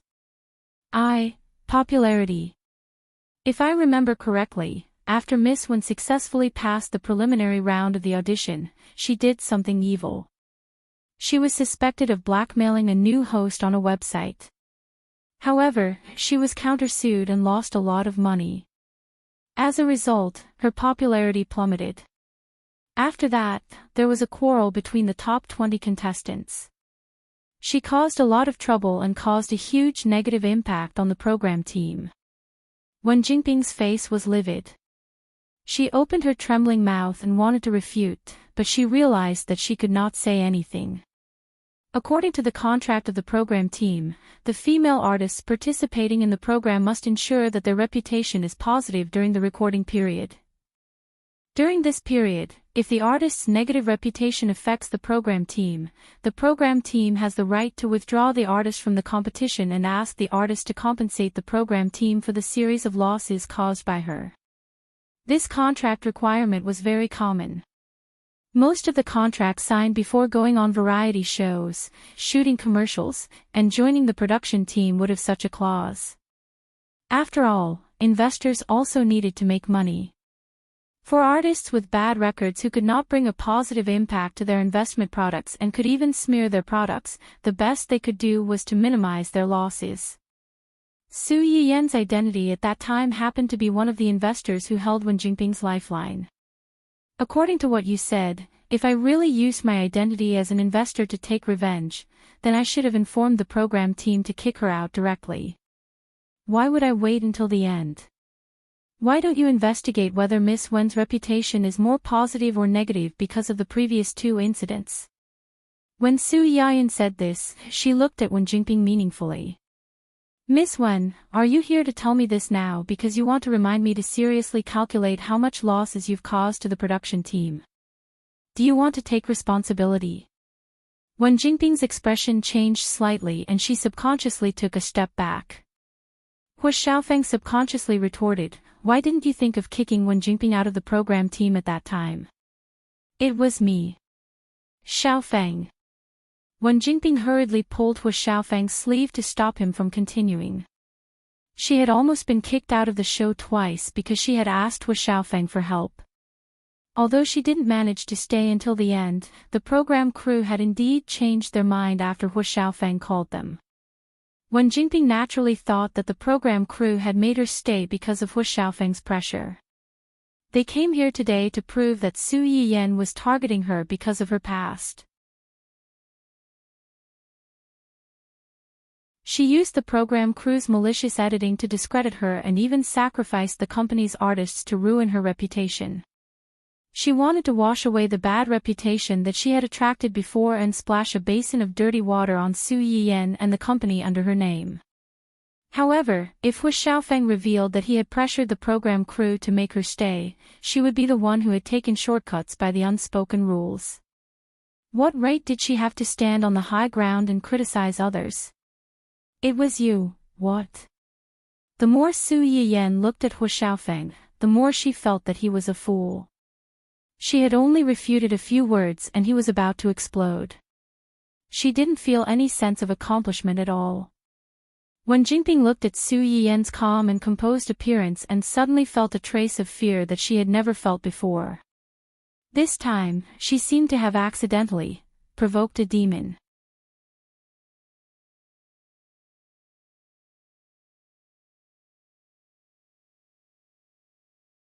Chapter 315. After being pulled back by Wen Jinping, Hu Xiaofeng realized that he had almost spilled the beans. His face darkened and he was speechless. Su Yiyan was sure that he wouldn't dare to say it out loud. She raised her eyebrows and pressed on, why aren't you saying anything? Hu Xiaofeng glared at Su Yiyan angrily. He had no choice but to swallow his grievances. It seems that you've also realized the loophole in your logic. You can't say anything to refute me. Hu Xiaofeng gritted his teeth. If it weren't for Wen Jinping grabbing his arm tightly, he would have pounced on Su Yiyan and torn her apart. However, if he really pounced on her, it was hard to say who would be torn apart. Su Yiyan didn't intend to let them off so easily. Her gaze fell on Wen Jinping. Looking at her pleading and fearful eyes, she raised her eyebrows slightly. She was surprised and amused. It was too late to be afraid now. She didn't have the time or energy to play with these two idiots. However, they were so eager to be slapped in the face. How could she show mercy? Now that we're done talking about popularity, let's talk about ability. Wen Jinping's face turned pale. Just like what Su Yian had said before, did she not have the slightest idea of whether she was capable or not? Early on, when it was time to advance from 100 to 60, there were people who questioned why she was allowed to stay when she couldn't even sing or dance. This question became more and more intense as she advanced. Many people who were more capable than her had been eliminated, but she was still allowed to stay. Was there some kind of shady deal? Because of this, many fans of the show became her haters. If it weren't for the die-hard fans she had accumulated during her previous live broadcasts and was Xiaofeng secretly throwing money to help her buy votes, she would have been eliminated long ago. I know that I'm not a professional and I'm lacking in many aspects, but I've really worked hard. And the result of your efforts? As soon as Wen Jinping finished speaking, Su Yiyan pointed out the main point with a cold face. Do you sing a song that will satisfy the audience, or do you dance a dance that will make the audience explode? Wen Jinping's Achilles heel was hit.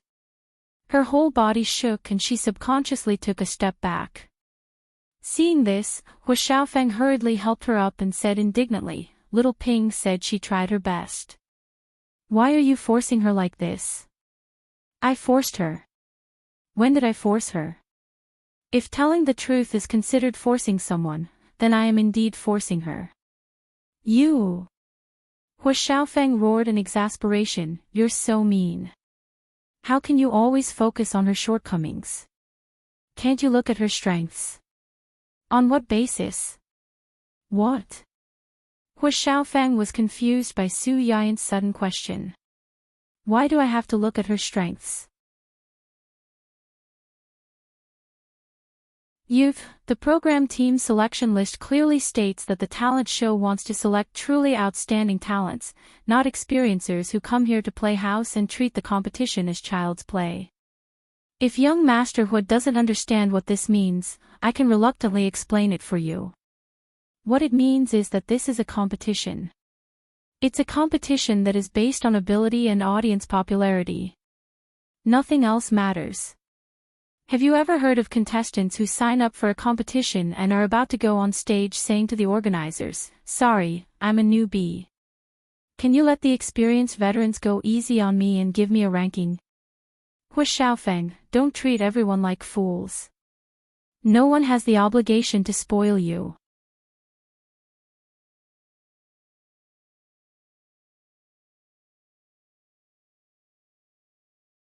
Chapter 316. Hu Xiaofeng's face turned green, then white, then green again. He was so angry that he almost vomited blood. Su Yiyan didn't care about how he felt. She had been holding it in since her previous life, and today, she could finally vent it out. "You said that she worked hard." "Fine, I'll take it that she worked hard. She worked so hard, but she still turned in such a terrible stage performance. That only shows that she's not suitable for this industry at all. As far as I know, there are many people who work harder than her in the program. They don't even have a foundation like her, but they turn things around through their own efforts. There are also many people who shine on the stage. Why can others do it, but you can't? Why can't those who are better than you be eliminated, but you can't?" Wen Jinping subconsciously wanted to refute, but when she looked up, she met Su Yiyan's cold eyes.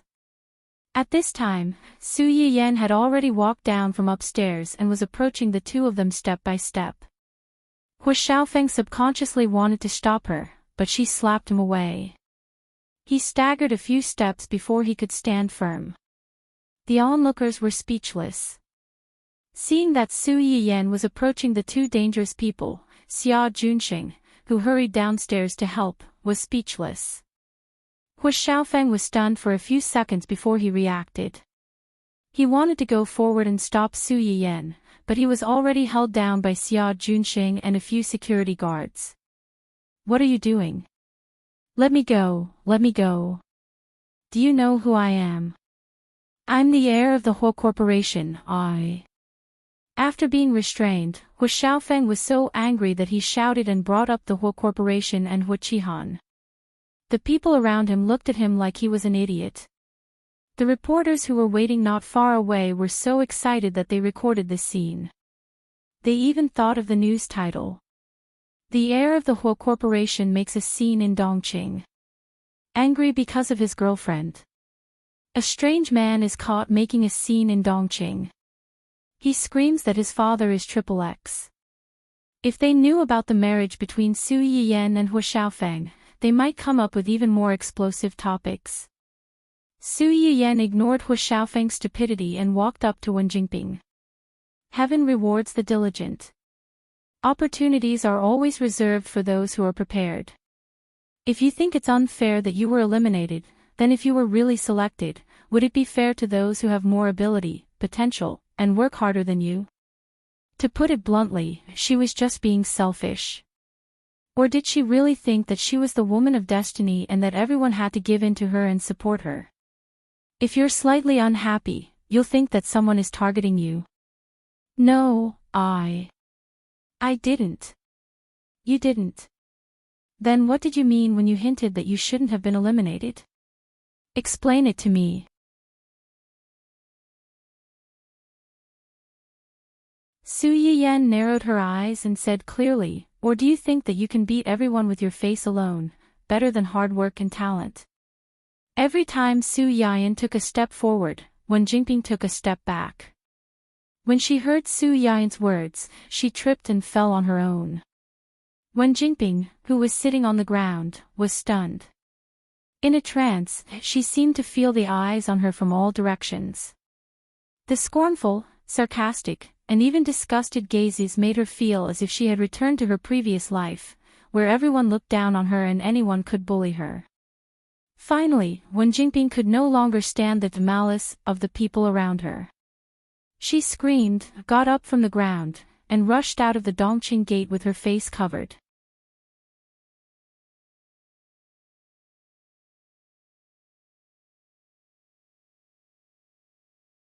Chapter 317.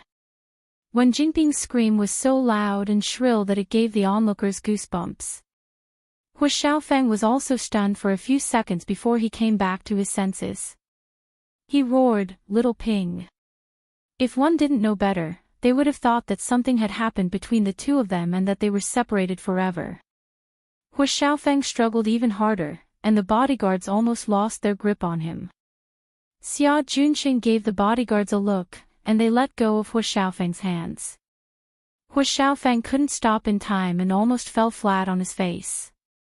He barely steadied himself and rushed out of the door with a dark expression on his face. He couldn't be bothered to look for trouble with Xia Junxing and the bodyguards. Tisk. Su Yiyan watched the two of them disappear into the distance. His eyes were full of melancholy. They ran away just like that. How boring. Xia Junxing, who was thinking about how to clean up the mess, was speechless. After he sighed with melancholy, Su Yiyan turned his head and waved at the reporters. The reporters looked at each other and hesitated for a moment before they walked up to Su Yiyan. They said in a trembling voice, "Hello, President Su. We are reporters from Yueshang magazine. We are here to interview your company. Did you record everything that happened just now?" The reporters suddenly became nervous again. They were afraid that Su Yiyan would go back on his word and ask them to delete the footage. The leader of the senior reporters swallowed hard and said truthfully, "Yes, we did." "That's good." Su Yiyan sighed softly. "You saw it just now. She fell because her legs went weak. It has nothing to do with me. With the video, I shouldn't be blamed for this. Fortunately, I'm lucky." The reporters were speechless. Xia Junxing was speechless. Was this the main point? Now that he thought about it, this was indeed the main point. The two of them were pestering him endlessly. They obviously didn't have the ability but still pretended to be innocent and tried to scam him. It wasn't impossible. Send a copy of the video to the Public Relations Department.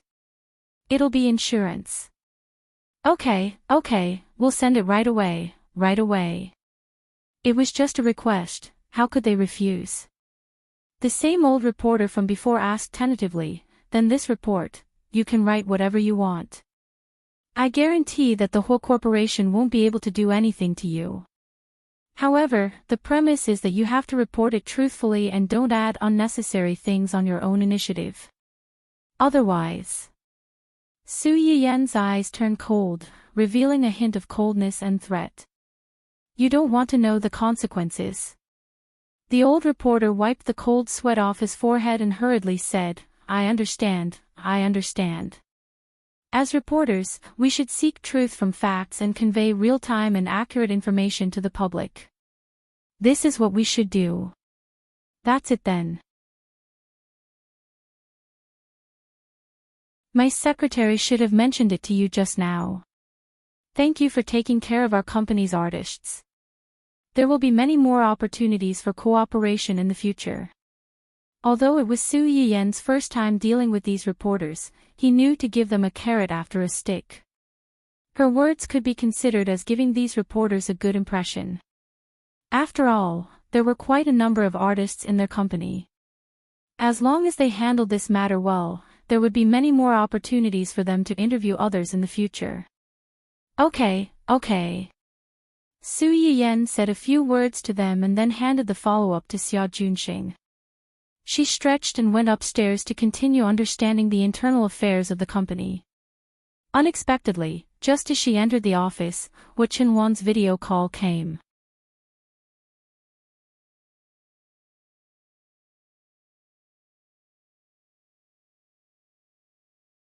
Chapter 318. Su Yiyen's eyes lit up. She picked up the phone without thinking. Qinhuan. Are you okay? I'm on my way there now. Xiaoyang is closer to you. Su Yiyen was stunned. You know. I'm fine. They are the ones who are in trouble. You don't know how embarrassed they were just now. Ha. After that, Su Yiyen told Wu Qinhuan everything that had happened not long ago. From time to time, she laughed happily, taking pleasure in other people's misfortune. Wu Qinhuan listened quietly. His eyes were full of tenderness and indulgence. It's really funny. I didn't even think about messing with them, but they rushed to touch my eyebrows. They thought I didn't know what they were thinking. They wanted to splash all kinds of dirty water on me and you. They really thought I was a soft persimmon, and I didn't know how to resist at all. Even a clay figurine has some temper. Wu Qinhuan's eyes narrowed dangerously when he heard that. He agreed and said, they've gone too far. The anger in Su Yiyen's heart subsided slightly because of Wu Qinhuan's words, and a smile appeared on her face. Forget it. When those reporters expose this matter, it'll be enough for them to suffer. Just take it as the price for them to extort our company and our artists. Free publicity for our company and publicity for our artists. Su Yiyen smiled like a little raccoon that had stolen honey. She was charmingly naive but also a little mischievous. After today, everyone in the circle will know how good our company's benefits are and how outstanding our artists are. After Su Yiyen finished speaking, she lifted her chin and gave Wu Qinhuan a suggestive glance. Her face was filled with a smug expression that said, aren't I great, and quickly praise me. Wu Qinhuan didn't praise her as she wanted. Instead, he said with some distress, if the media publicize this matter, I'm afraid it will involve your previous matter. Su Yiyen knew what he was worried about. He smiled and said, I know, but I don't mind, and I don't avoid these things. If you don't want others to know, then don't do it in the first place. What has already happened cannot be hidden forever. Instead of caring about those rumors and trying hard to hide them, it's better to take the initiative to face them and transform the past into something that's useful to you. In any case, I'm the victim here. I didn't do anything wrong. I'm not the one who should be worried about being exposed and condemned. Su Yiyan could more or less guess what kind of negative comments he would receive after this matter was exposed. At most, it was the so-called "it takes two to clap" of some stinky straight men, and the "love is supreme" of the Virgin Mary. Compared to these irrelevant comments, Hu Xiaofeng and Wen Jingping needed to suffer the most fatal condemnation. At least for Wen Jingping, the title of mistress was confirmed. Her path to becoming a Mary Sue in the entertainment industry was cut off. The only thing that Su Yiyan was more worried about was that the shameless family might use her marriage with Hu Qinhuan and Hu Qinhuan's leg to criticize her. Thinking of this, Su Yiyan said apologetically, "I'm sorry. This time, I might implicate you and make you be criticized. If being scolded and ridiculed is the price I have to pay for marrying you, I hope they'll scold me a few more times and scold me more fiercely." If it were in the past, he might have been angry and hurt by these so-called verbal attacks. But now, no matter how vicious the ridicule was, it couldn't hurt him. Because he already had the most beautiful thing in the world, and it was also the thing he wanted the most.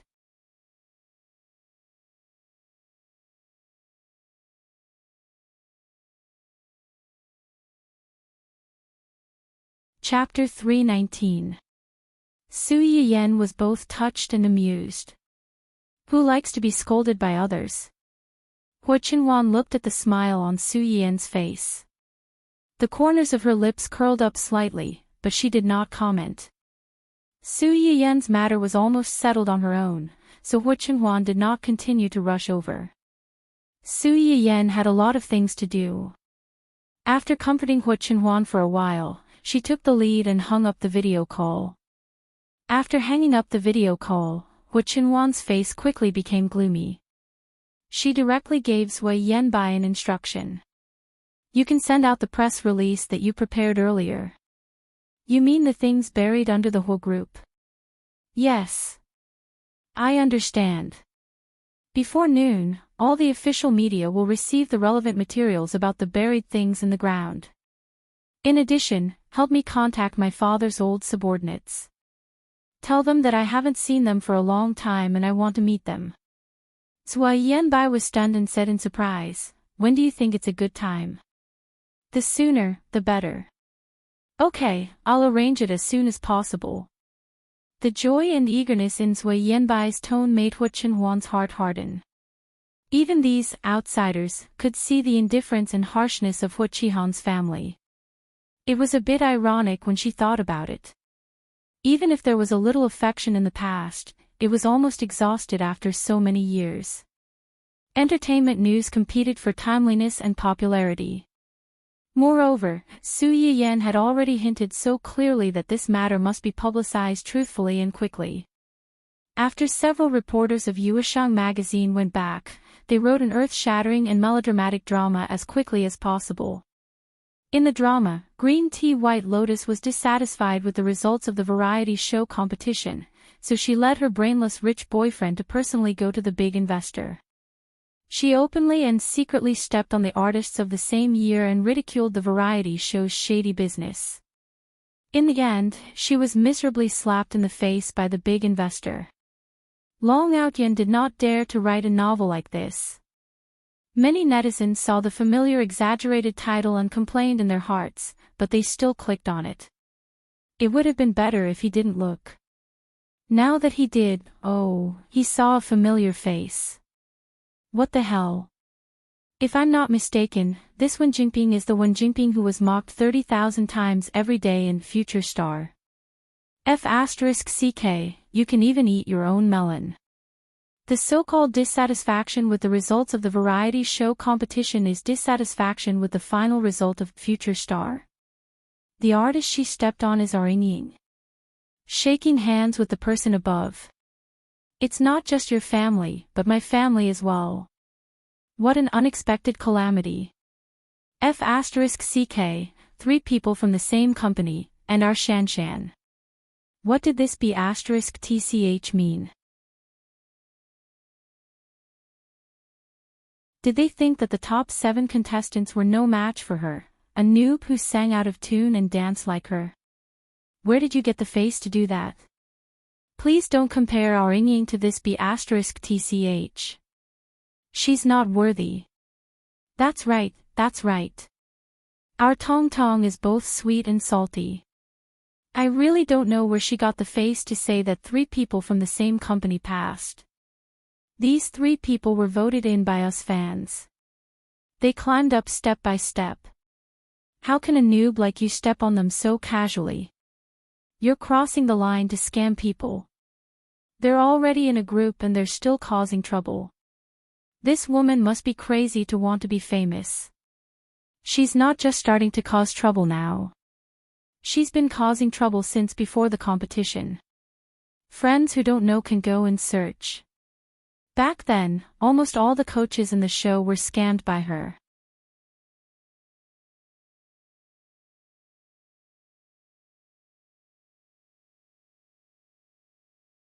Chapter 320. Xing Qiuying was able to stand out from hundreds of people with her own ability and become the team leader. Her ability and popularity were self-evident. Although Huang Zidong's strength was slightly weaker than hers, she was pretty and had a gentle temperament that didn't cause any trouble. The 2 of them participated in the competition together. They were opponents and friends.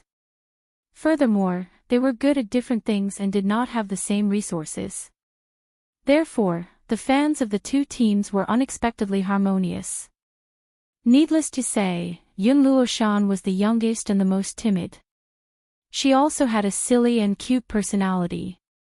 She was the team's favorite. The 3 of them could be casually picked out and people could see their strengths at a glance.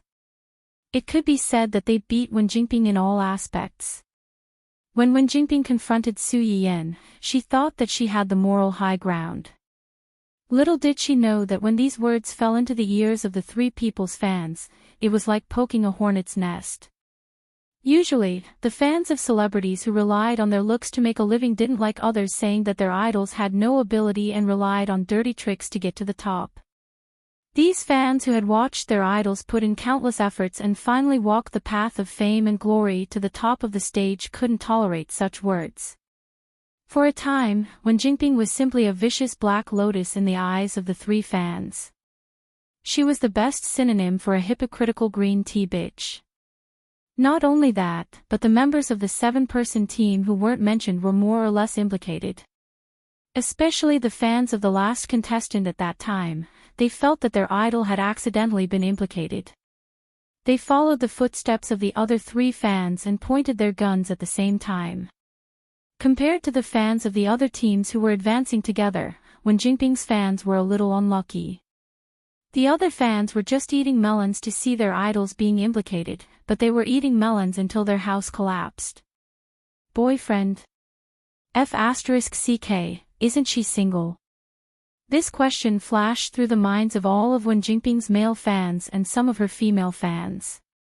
When Wen Jingping first started her live broadcast, she attracted a lot of viewers with her pitiful image of a little white lotus and her delicious home-cooked dishes.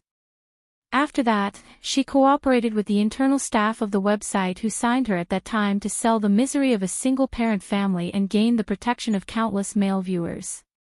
Before participating in Future Star, Wen Jingping had already confirmed her relationship with Hu Xiaofeng.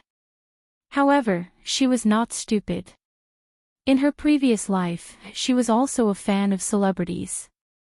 She knew very well that celebrities who took the popular route did not have the right to be in a relationship. These people were willing to spend money on you because they treated you as their own child, their own husband and wife. In the eyes of these fans, wasn't he using their money to support his girlfriend? How could they tolerate this? Therefore, those who suddenly had relationships during the rising stage of their careers were mostly done for. It was precisely because Wen Jingping knew this that she had always announced to the public that she was still single. Her fans also believed her. But now, this report was telling them that she had a boyfriend, and she even brought her boyfriend to fight with someone. Then what were they? What were these male fans who had spent a lot of money on her and wanted to send her on the path of flowers? The previous scamming incident and the top 20 fighting incident had already helped Wen Jinping clear a lot of fans. Most of the fans left were brainless straight men who only cared about appearances. But no matter how brainless a straight man was, he couldn't stand a green grassland above his head.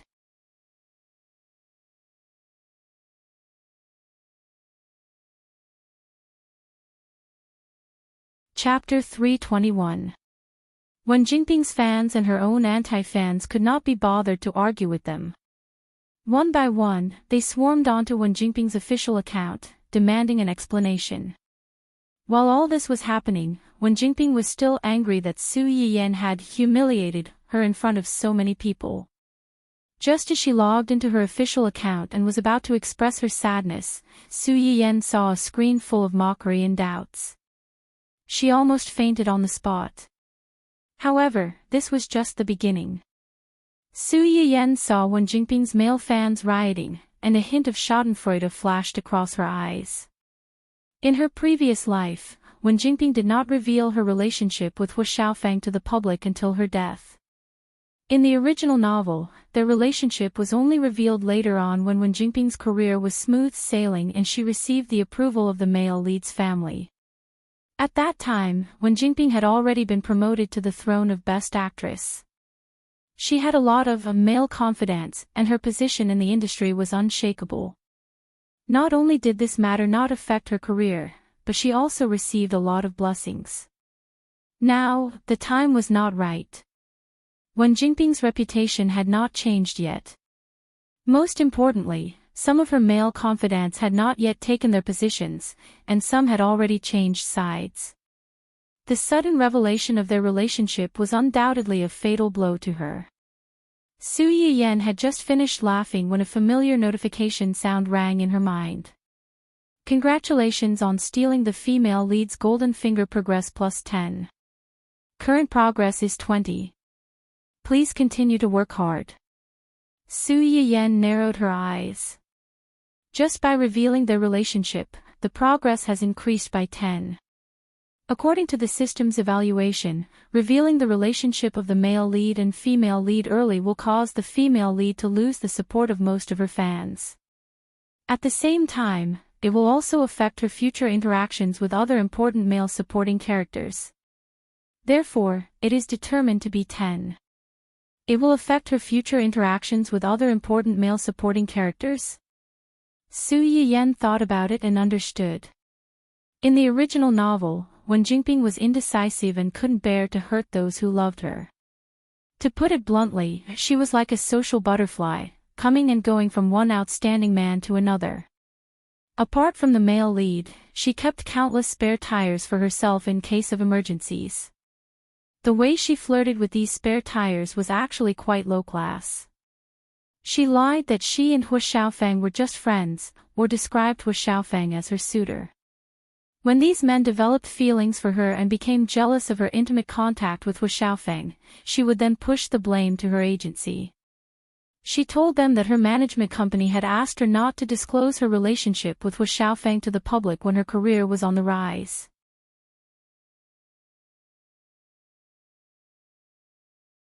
That was why she had kept it a secret from them. She did not lie to them on purpose. At that time, the supporting male lead had already developed feelings for her and naturally couldn't bear to scold her. When he saw her weeping like a pear blossom in the rain, his heart also softened. He couldn't leave and could only willingly be her bootlicker spare tire. Now, when Jinping's trump card had already been broken and her reputation was more or less ruined. Unless it was those special lovers who liked to make others jealous, if these people could still have any interactions with Wen Jinping, it would probably be Wen Jinping taking the initiative to be their bootlicker and not them rushing to be her protector god. If we start from this aspect, I'm afraid the current situation is still lacking. Su Yiyan rubbed her chin and pondered for a moment. She called the company's public relations department and asked them to find a group of Big V accounts to take the initiative to expose the matter between her and these two people.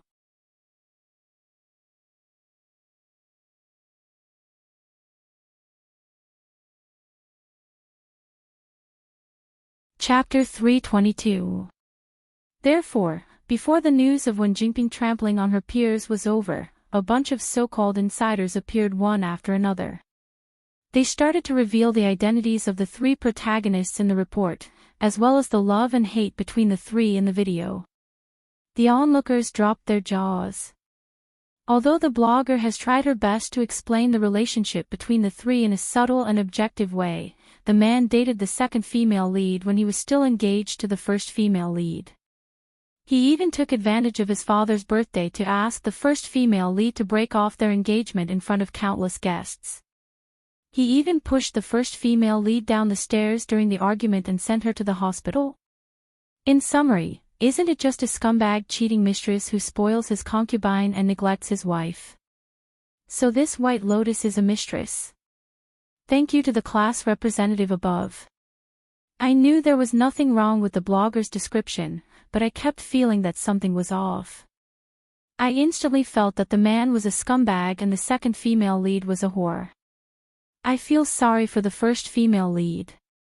No wonder in the previous video, the second female lead pretended to apologize to the first female lead. When the first female lead asked her what she was sorry for, the second female lead immediately changed the topic. As a mistress, of course, she was embarrassed to say it in public. If she said it out loud, she would be scolded to death. She was embarrassed. If she was really embarrassed, she wouldn't have been a mistress. She didn't say it because she wanted people to think that she was the victim and lead the public to blame the first female lead. The funniest thing was that she actually accused the first female lead of taking revenge for a personal grudge and deliberately harmed her. Even if the first female lead harmed her, she deserved it. Not to mention that the other party didn't harm her at all. She's not capable enough, but she still wants to smear others to clear her name. What kind of a venomous woman is this? It's really chilling. When Hu Xiaofeng received Wen Jinping's call for help, public opinion had already pinned him and Wen Jinping on the pillar of shame as a scumbag and a mistress. Hu Xiaofeng had never suffered such humiliation in his life. He immediately hired a group of internet trolls to argue with this group of people. The internet troll strategy to clear their name was simple. They simply thought that the two of them were originally in a business marriage and had no feelings for each other. The man met his true love and broke off the engagement to pursue her bravely. There was nothing wrong with that. Otherwise, it was just like what Su Yiyan had predicted. The man didn't want the first female lead and wanted the second female lead instead. There must be something wrong with the first female lead that even her man couldn't stand it.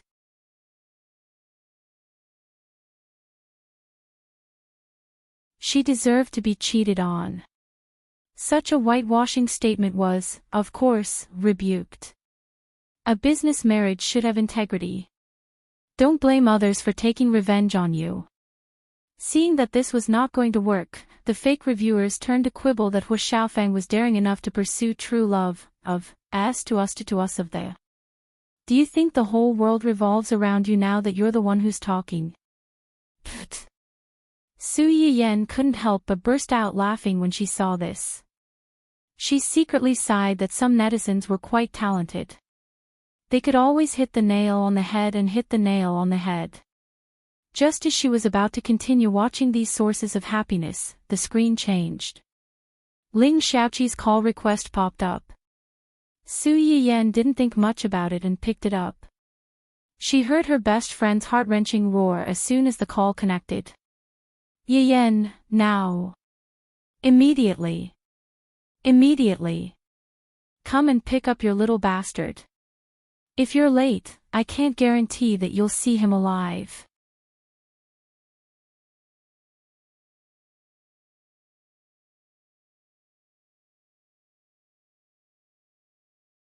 Chapter 323. Su Yiyan was stunned for a few seconds before she reacted. She opened her mouth and was about to say something, but Ling Xiaoqi had already hung up.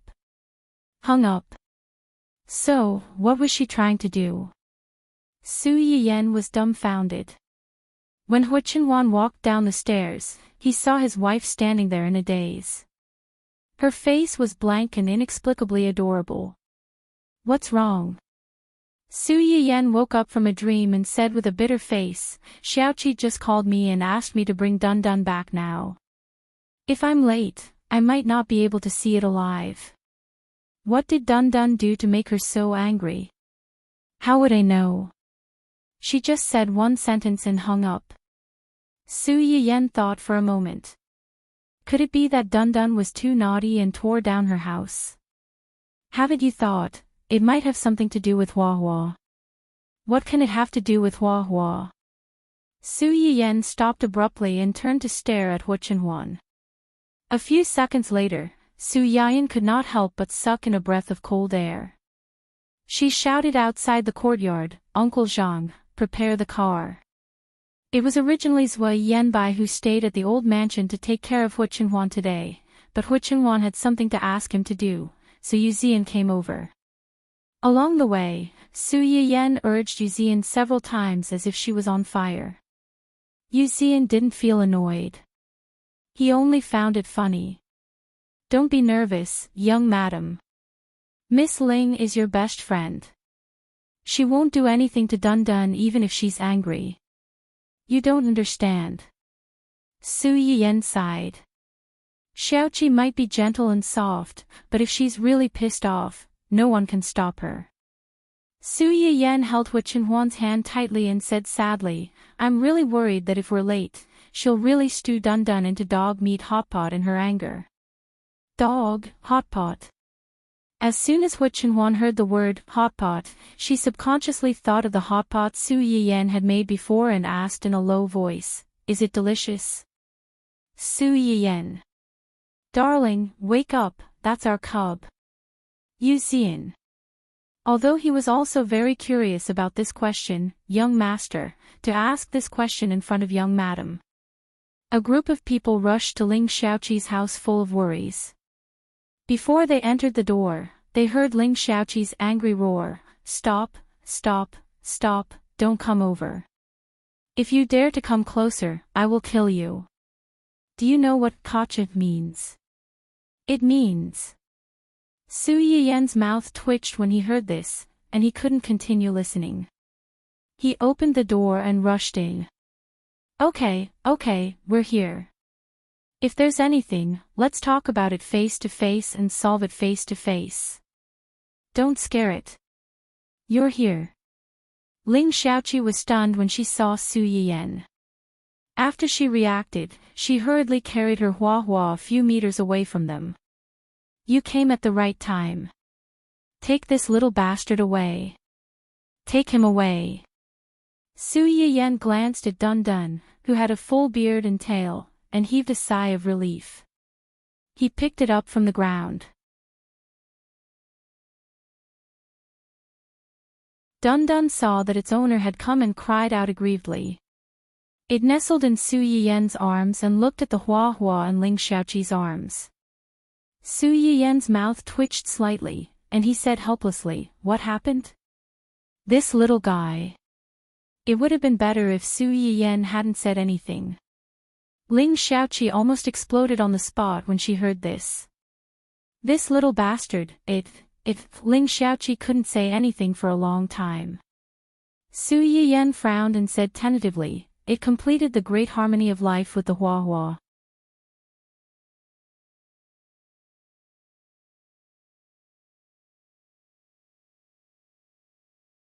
Chapter 324. Ling Xiaoqi, Hu Qinhuan and Yu Zian, who were following closely behind. What kind of great harmony was this? Ling Xiaoqi was thunderstruck by this description. It took her a few seconds to react, and she burst into tears on the spot. Sob, sob, sob, my poor child. From now on, you're no longer the pure and innocent you from before. Su Yiyan, Hu Qinhuan. It turned out that Dun Dun had followed Ling Xiaoqi home for the past 2 days. Although it liked to hang out with Hua Hua at first, it was still well behaved. In addition, Hua Hua was stronger than it, so even if it had any ulterior motives, it would be suppressed in a matter of minutes. Ling Xiaoqi initially guarded against it and didn't let it get too close to Hua Hua. Especially at night, it was basically locked in one room each. No matter how much Dun Dun scratched the door, it wouldn't easily let a wolf into the house. Ling Xiaoqi woke up early this morning. She was really sleepy in the afternoon, so she went into the bedroom to take a nap. Unexpectedly, when she woke up and walked out of the room, I saw this little bastard riding on top of our Hua Hua. Ling Xiaoqi still felt stifled when she recalled the scene. If looks could kill, then this lustful, short-legged brat would have been killed 1,000,000 times over by her. Su Yiyan also didn't expect that her silly dog would have such dumb luck. It actually succeeded. She immediately hugged Dun Dun and kissed it. She praised it sincerely, "Well done. Yuxian. Huachenhuan, Su. Ya. Yen." Ling Xiaoqi completely exploded. Su Yiyan's expression stiffened. She smiled awkwardly and said, "It's its fault. It's all its fault. How could you do this without permission? Are you a little hooligan? You're too impulsive. What did I teach you before? No matter who it is, you can't do this to anyone. You've really disappointed me. Dun Dun. How could you be a coward at such a critical moment?" Dun Dun, who was betrayed by its owner, could only turn around and look at its dog father. Hua Qinhuan received its pleading gaze, but silently looked away and pretended not to see anything. "Dun Dun. Didn't we agree to be each other's angels? How could you ignore me at a time like this? Of course, it's its fault. Otherwise, is it our Hua Hua's fault?" Su Yian's good apology made Ling Xiaoqi's anger subside a little. But when he thought that from today onwards, his own child would no longer be a virgin, he still felt incomparably stifled. It's a pity that our Hua Hua is still a baby. To think that she has to encounter such a thing. What if she gets pregnant? Why is our Hua Hua's life so hard? Me too. How could I have been so soft-hearted and brought it back? I knew it was a troublesome little bastard, but I still brought it back. I really brought a wolf into the house. I regret it so much. Ling Xiaoqi's face turned pale. She seemed to have imagined the terrible future. She looked at Su Yiyan and Su Yiyan with resentment. Therefore, in the next 10 minutes or so, Su Yiyan and Hua Qinhuan experienced in advance the terrible experience of their brats falling in love at such a young age and impregnating the girl's belly. It was a terrible experience of causing the girl's parents to fall in love with her and lose all their face. Yuxian stood at the door and looked at the two high-spirited people who no one dared to look down on. However, when they were read, they lowered their heads in shame and repented. Not only did he not feel the slightest bit of sympathy, he even felt a little amused.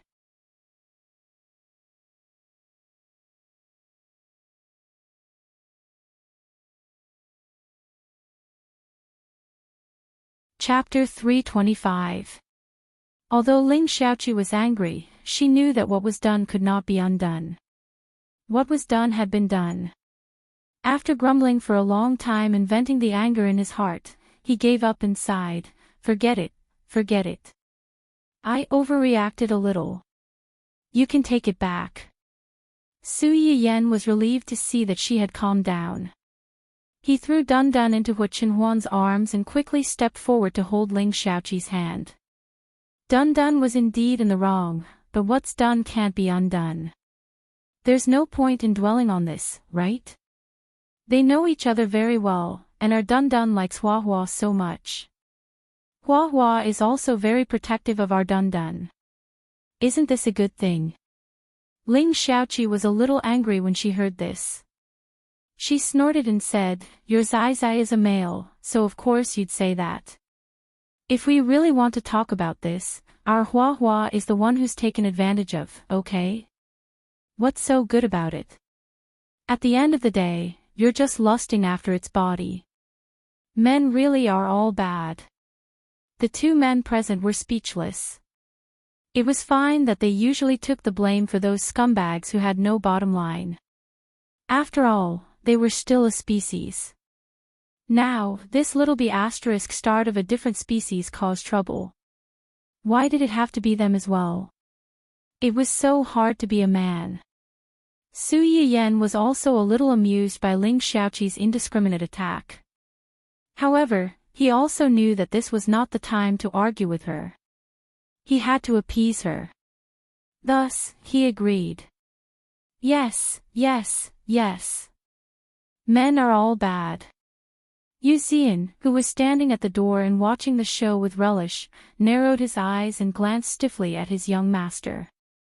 Seeing that his expression did not change, but there seemed to be an inexplicable dangerous atmosphere around him, he silently lit a candle for Su Yiyen in his heart. Su Yiyen finally managed to pacify Ling Xiaoqi, so he didn't want to agitate her by putting Dun Dun in her house, so he brought the troublesome dog back home. Before he left, Dun Dun wailed a few times in an attempt to arouse the sympathy of his beloved and her master. Unfortunately, Ling Xiaoqi was still angry, and Hua Hua seemed to be on its master's side unconditionally. It didn't even look at Ling Xiaoqi. All right, don't look like an abandoned husband. Su Yiyen rubbed the back of Dun Dun's furry neck and smiled helplessly. You're really brave. You've only been at someone's house for 2 days and you dare to bully their dog. Luckily, Xiaoqi has a good temper. If it were me, I would have thrown you out long ago to fend for you. Dun Dun wailed and looked at Su Yiyen with incomparable resentment. It didn't forget someone's betrayal just now. Su Yiyen saw that it didn't have any remorse, so he narrowed his eyes and said maliciously, I suddenly remembered that in this weather, dog meat hot pot is the best. It dispels the cold and nourishes the body. Why don't we eat this tonight? Woof. Dun Dun sensed the danger keenly and screamed, its eyes full of complaints. Su Yiyen was angry and amused. He reached out and patted the head of this dramatic dog. Now you know how to be afraid. If we didn't come quickly just now, I'm afraid you would have become Xiaoqi's meal now. Dun Dun wailed a few more times miserably. It lay in Su Yiyen's arms and mourned its quickly passing love.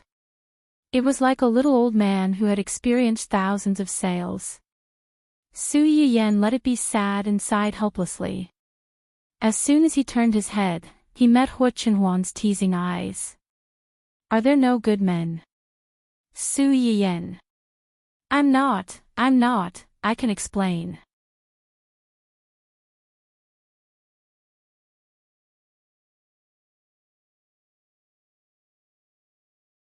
Chapter 326. Su Yiyen laughed dryly and said with a fawning expression, Xiaoqi's situation is special, so she will occasionally be a little sexist. Don't take it to heart. Hu Chenhuan was not so easy to fool. I only take your words to heart. You said that there are no good men. I had no choice but to agree with her. Really? Su Yiyen looked at Hu Chenhuan's face, carefully pulled his sleeve, and tentatively asked, Are you angry? Hu Chenhuan was really not angry. As Su Yiyen said, she had no choice but to agree with her just now. She was not really dissatisfied with him, so he would not be angry because of this.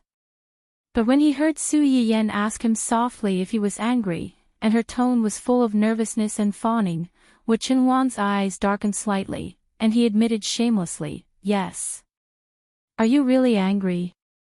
Su Yiyen immediately moved closer. Don't be angry. I promise I won't say that again. Hu Chenhuan's expression did not change, and he did not speak. Su Yiyen blinked and continued to probe. Then what should I do to make you not angry? Hu Chenhuan still did not speak and just stared at her. What did this mean? Su Yiyen frowned and thought for a moment. Finally, she gritted her teeth and leaned over to kiss Hua Qinhuan's lips in front of Yu Zian. A light flashed in Hua Qinhuan's eyes, but the expression on his face still did not change. Su Yiyen's heart skipped a beat when she saw this. Could it be that she was wrong? Even this method didn't work. Before she could think more, she heard Hua Qinhuan say unsatisfactorily, just once. Su Yiyen, Yu Zian, who thought he had misheard. Su Yiyen did not know whether to laugh or cry, but he also breathed a sigh of relief and said without any pressure, "Then let's kiss a few more times." After saying that, she took the initiative to lean over and kiss him a few more times. Every time, it was a kiss on the lips. Yu Zian, who had been bullied for no reason, was speechless. Hey, that's enough. Don't bully a single dog like this. Dun Dun, who was still in Su Yiyen's arms. That's enough. Was this really appropriate in front of a lovelorn dog that had just been heartbroken? Dun Dun, who had just been brought back, once again had the idea of running away from home. This heartless world had truly broken its heart. Su Yiyen kissed her several times before stopping. He smiled and said, "You're not angry anymore." "Yes." Su Yiyen breathed a sigh of relief. Then, as if he had thought of something, he stared into Hua Qinhuan's eyes and said with a faint smile, "You are indeed not a good person." Yu Zian, who had thought that this matter was finally over. "Young madam, are you crazy?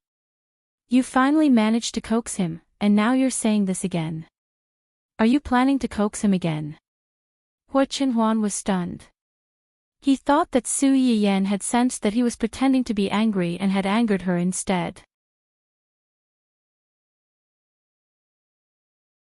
Just as he was about to explain, he heard Su Yiyen say, "You are a good husband." Yu Zian was speechless. Do you guys like to take such long pauses when talking? A faint blush flashed across Hua Qinhuan's face. Although he didn't say anything, Su Yiyen could see the pure joy in his eyes. He was really easy to coax. Su Yiyen couldn't help but laugh. However, she slowly reached out and took the initiative to hold Hua Qinhuan's hand. Although these words were said to coax him, they were also from the bottom of her heart. In her eyes, there was no better husband in the world than Hua Qinhuan. And in the future, if they could have children of their own, he would definitely be the best father in the world. You're tuning in to the LoveLore Library YouTube channel. We're so grateful for your support, and don't forget to subscribe to join us on this incredible journey through captivating stories. Your generosity through donations truly makes a world of difference, as it's the primary source of revenue that allows me to expand and enhance this channel for you. Thank you from the bottom of my heart for being a part of this adventure.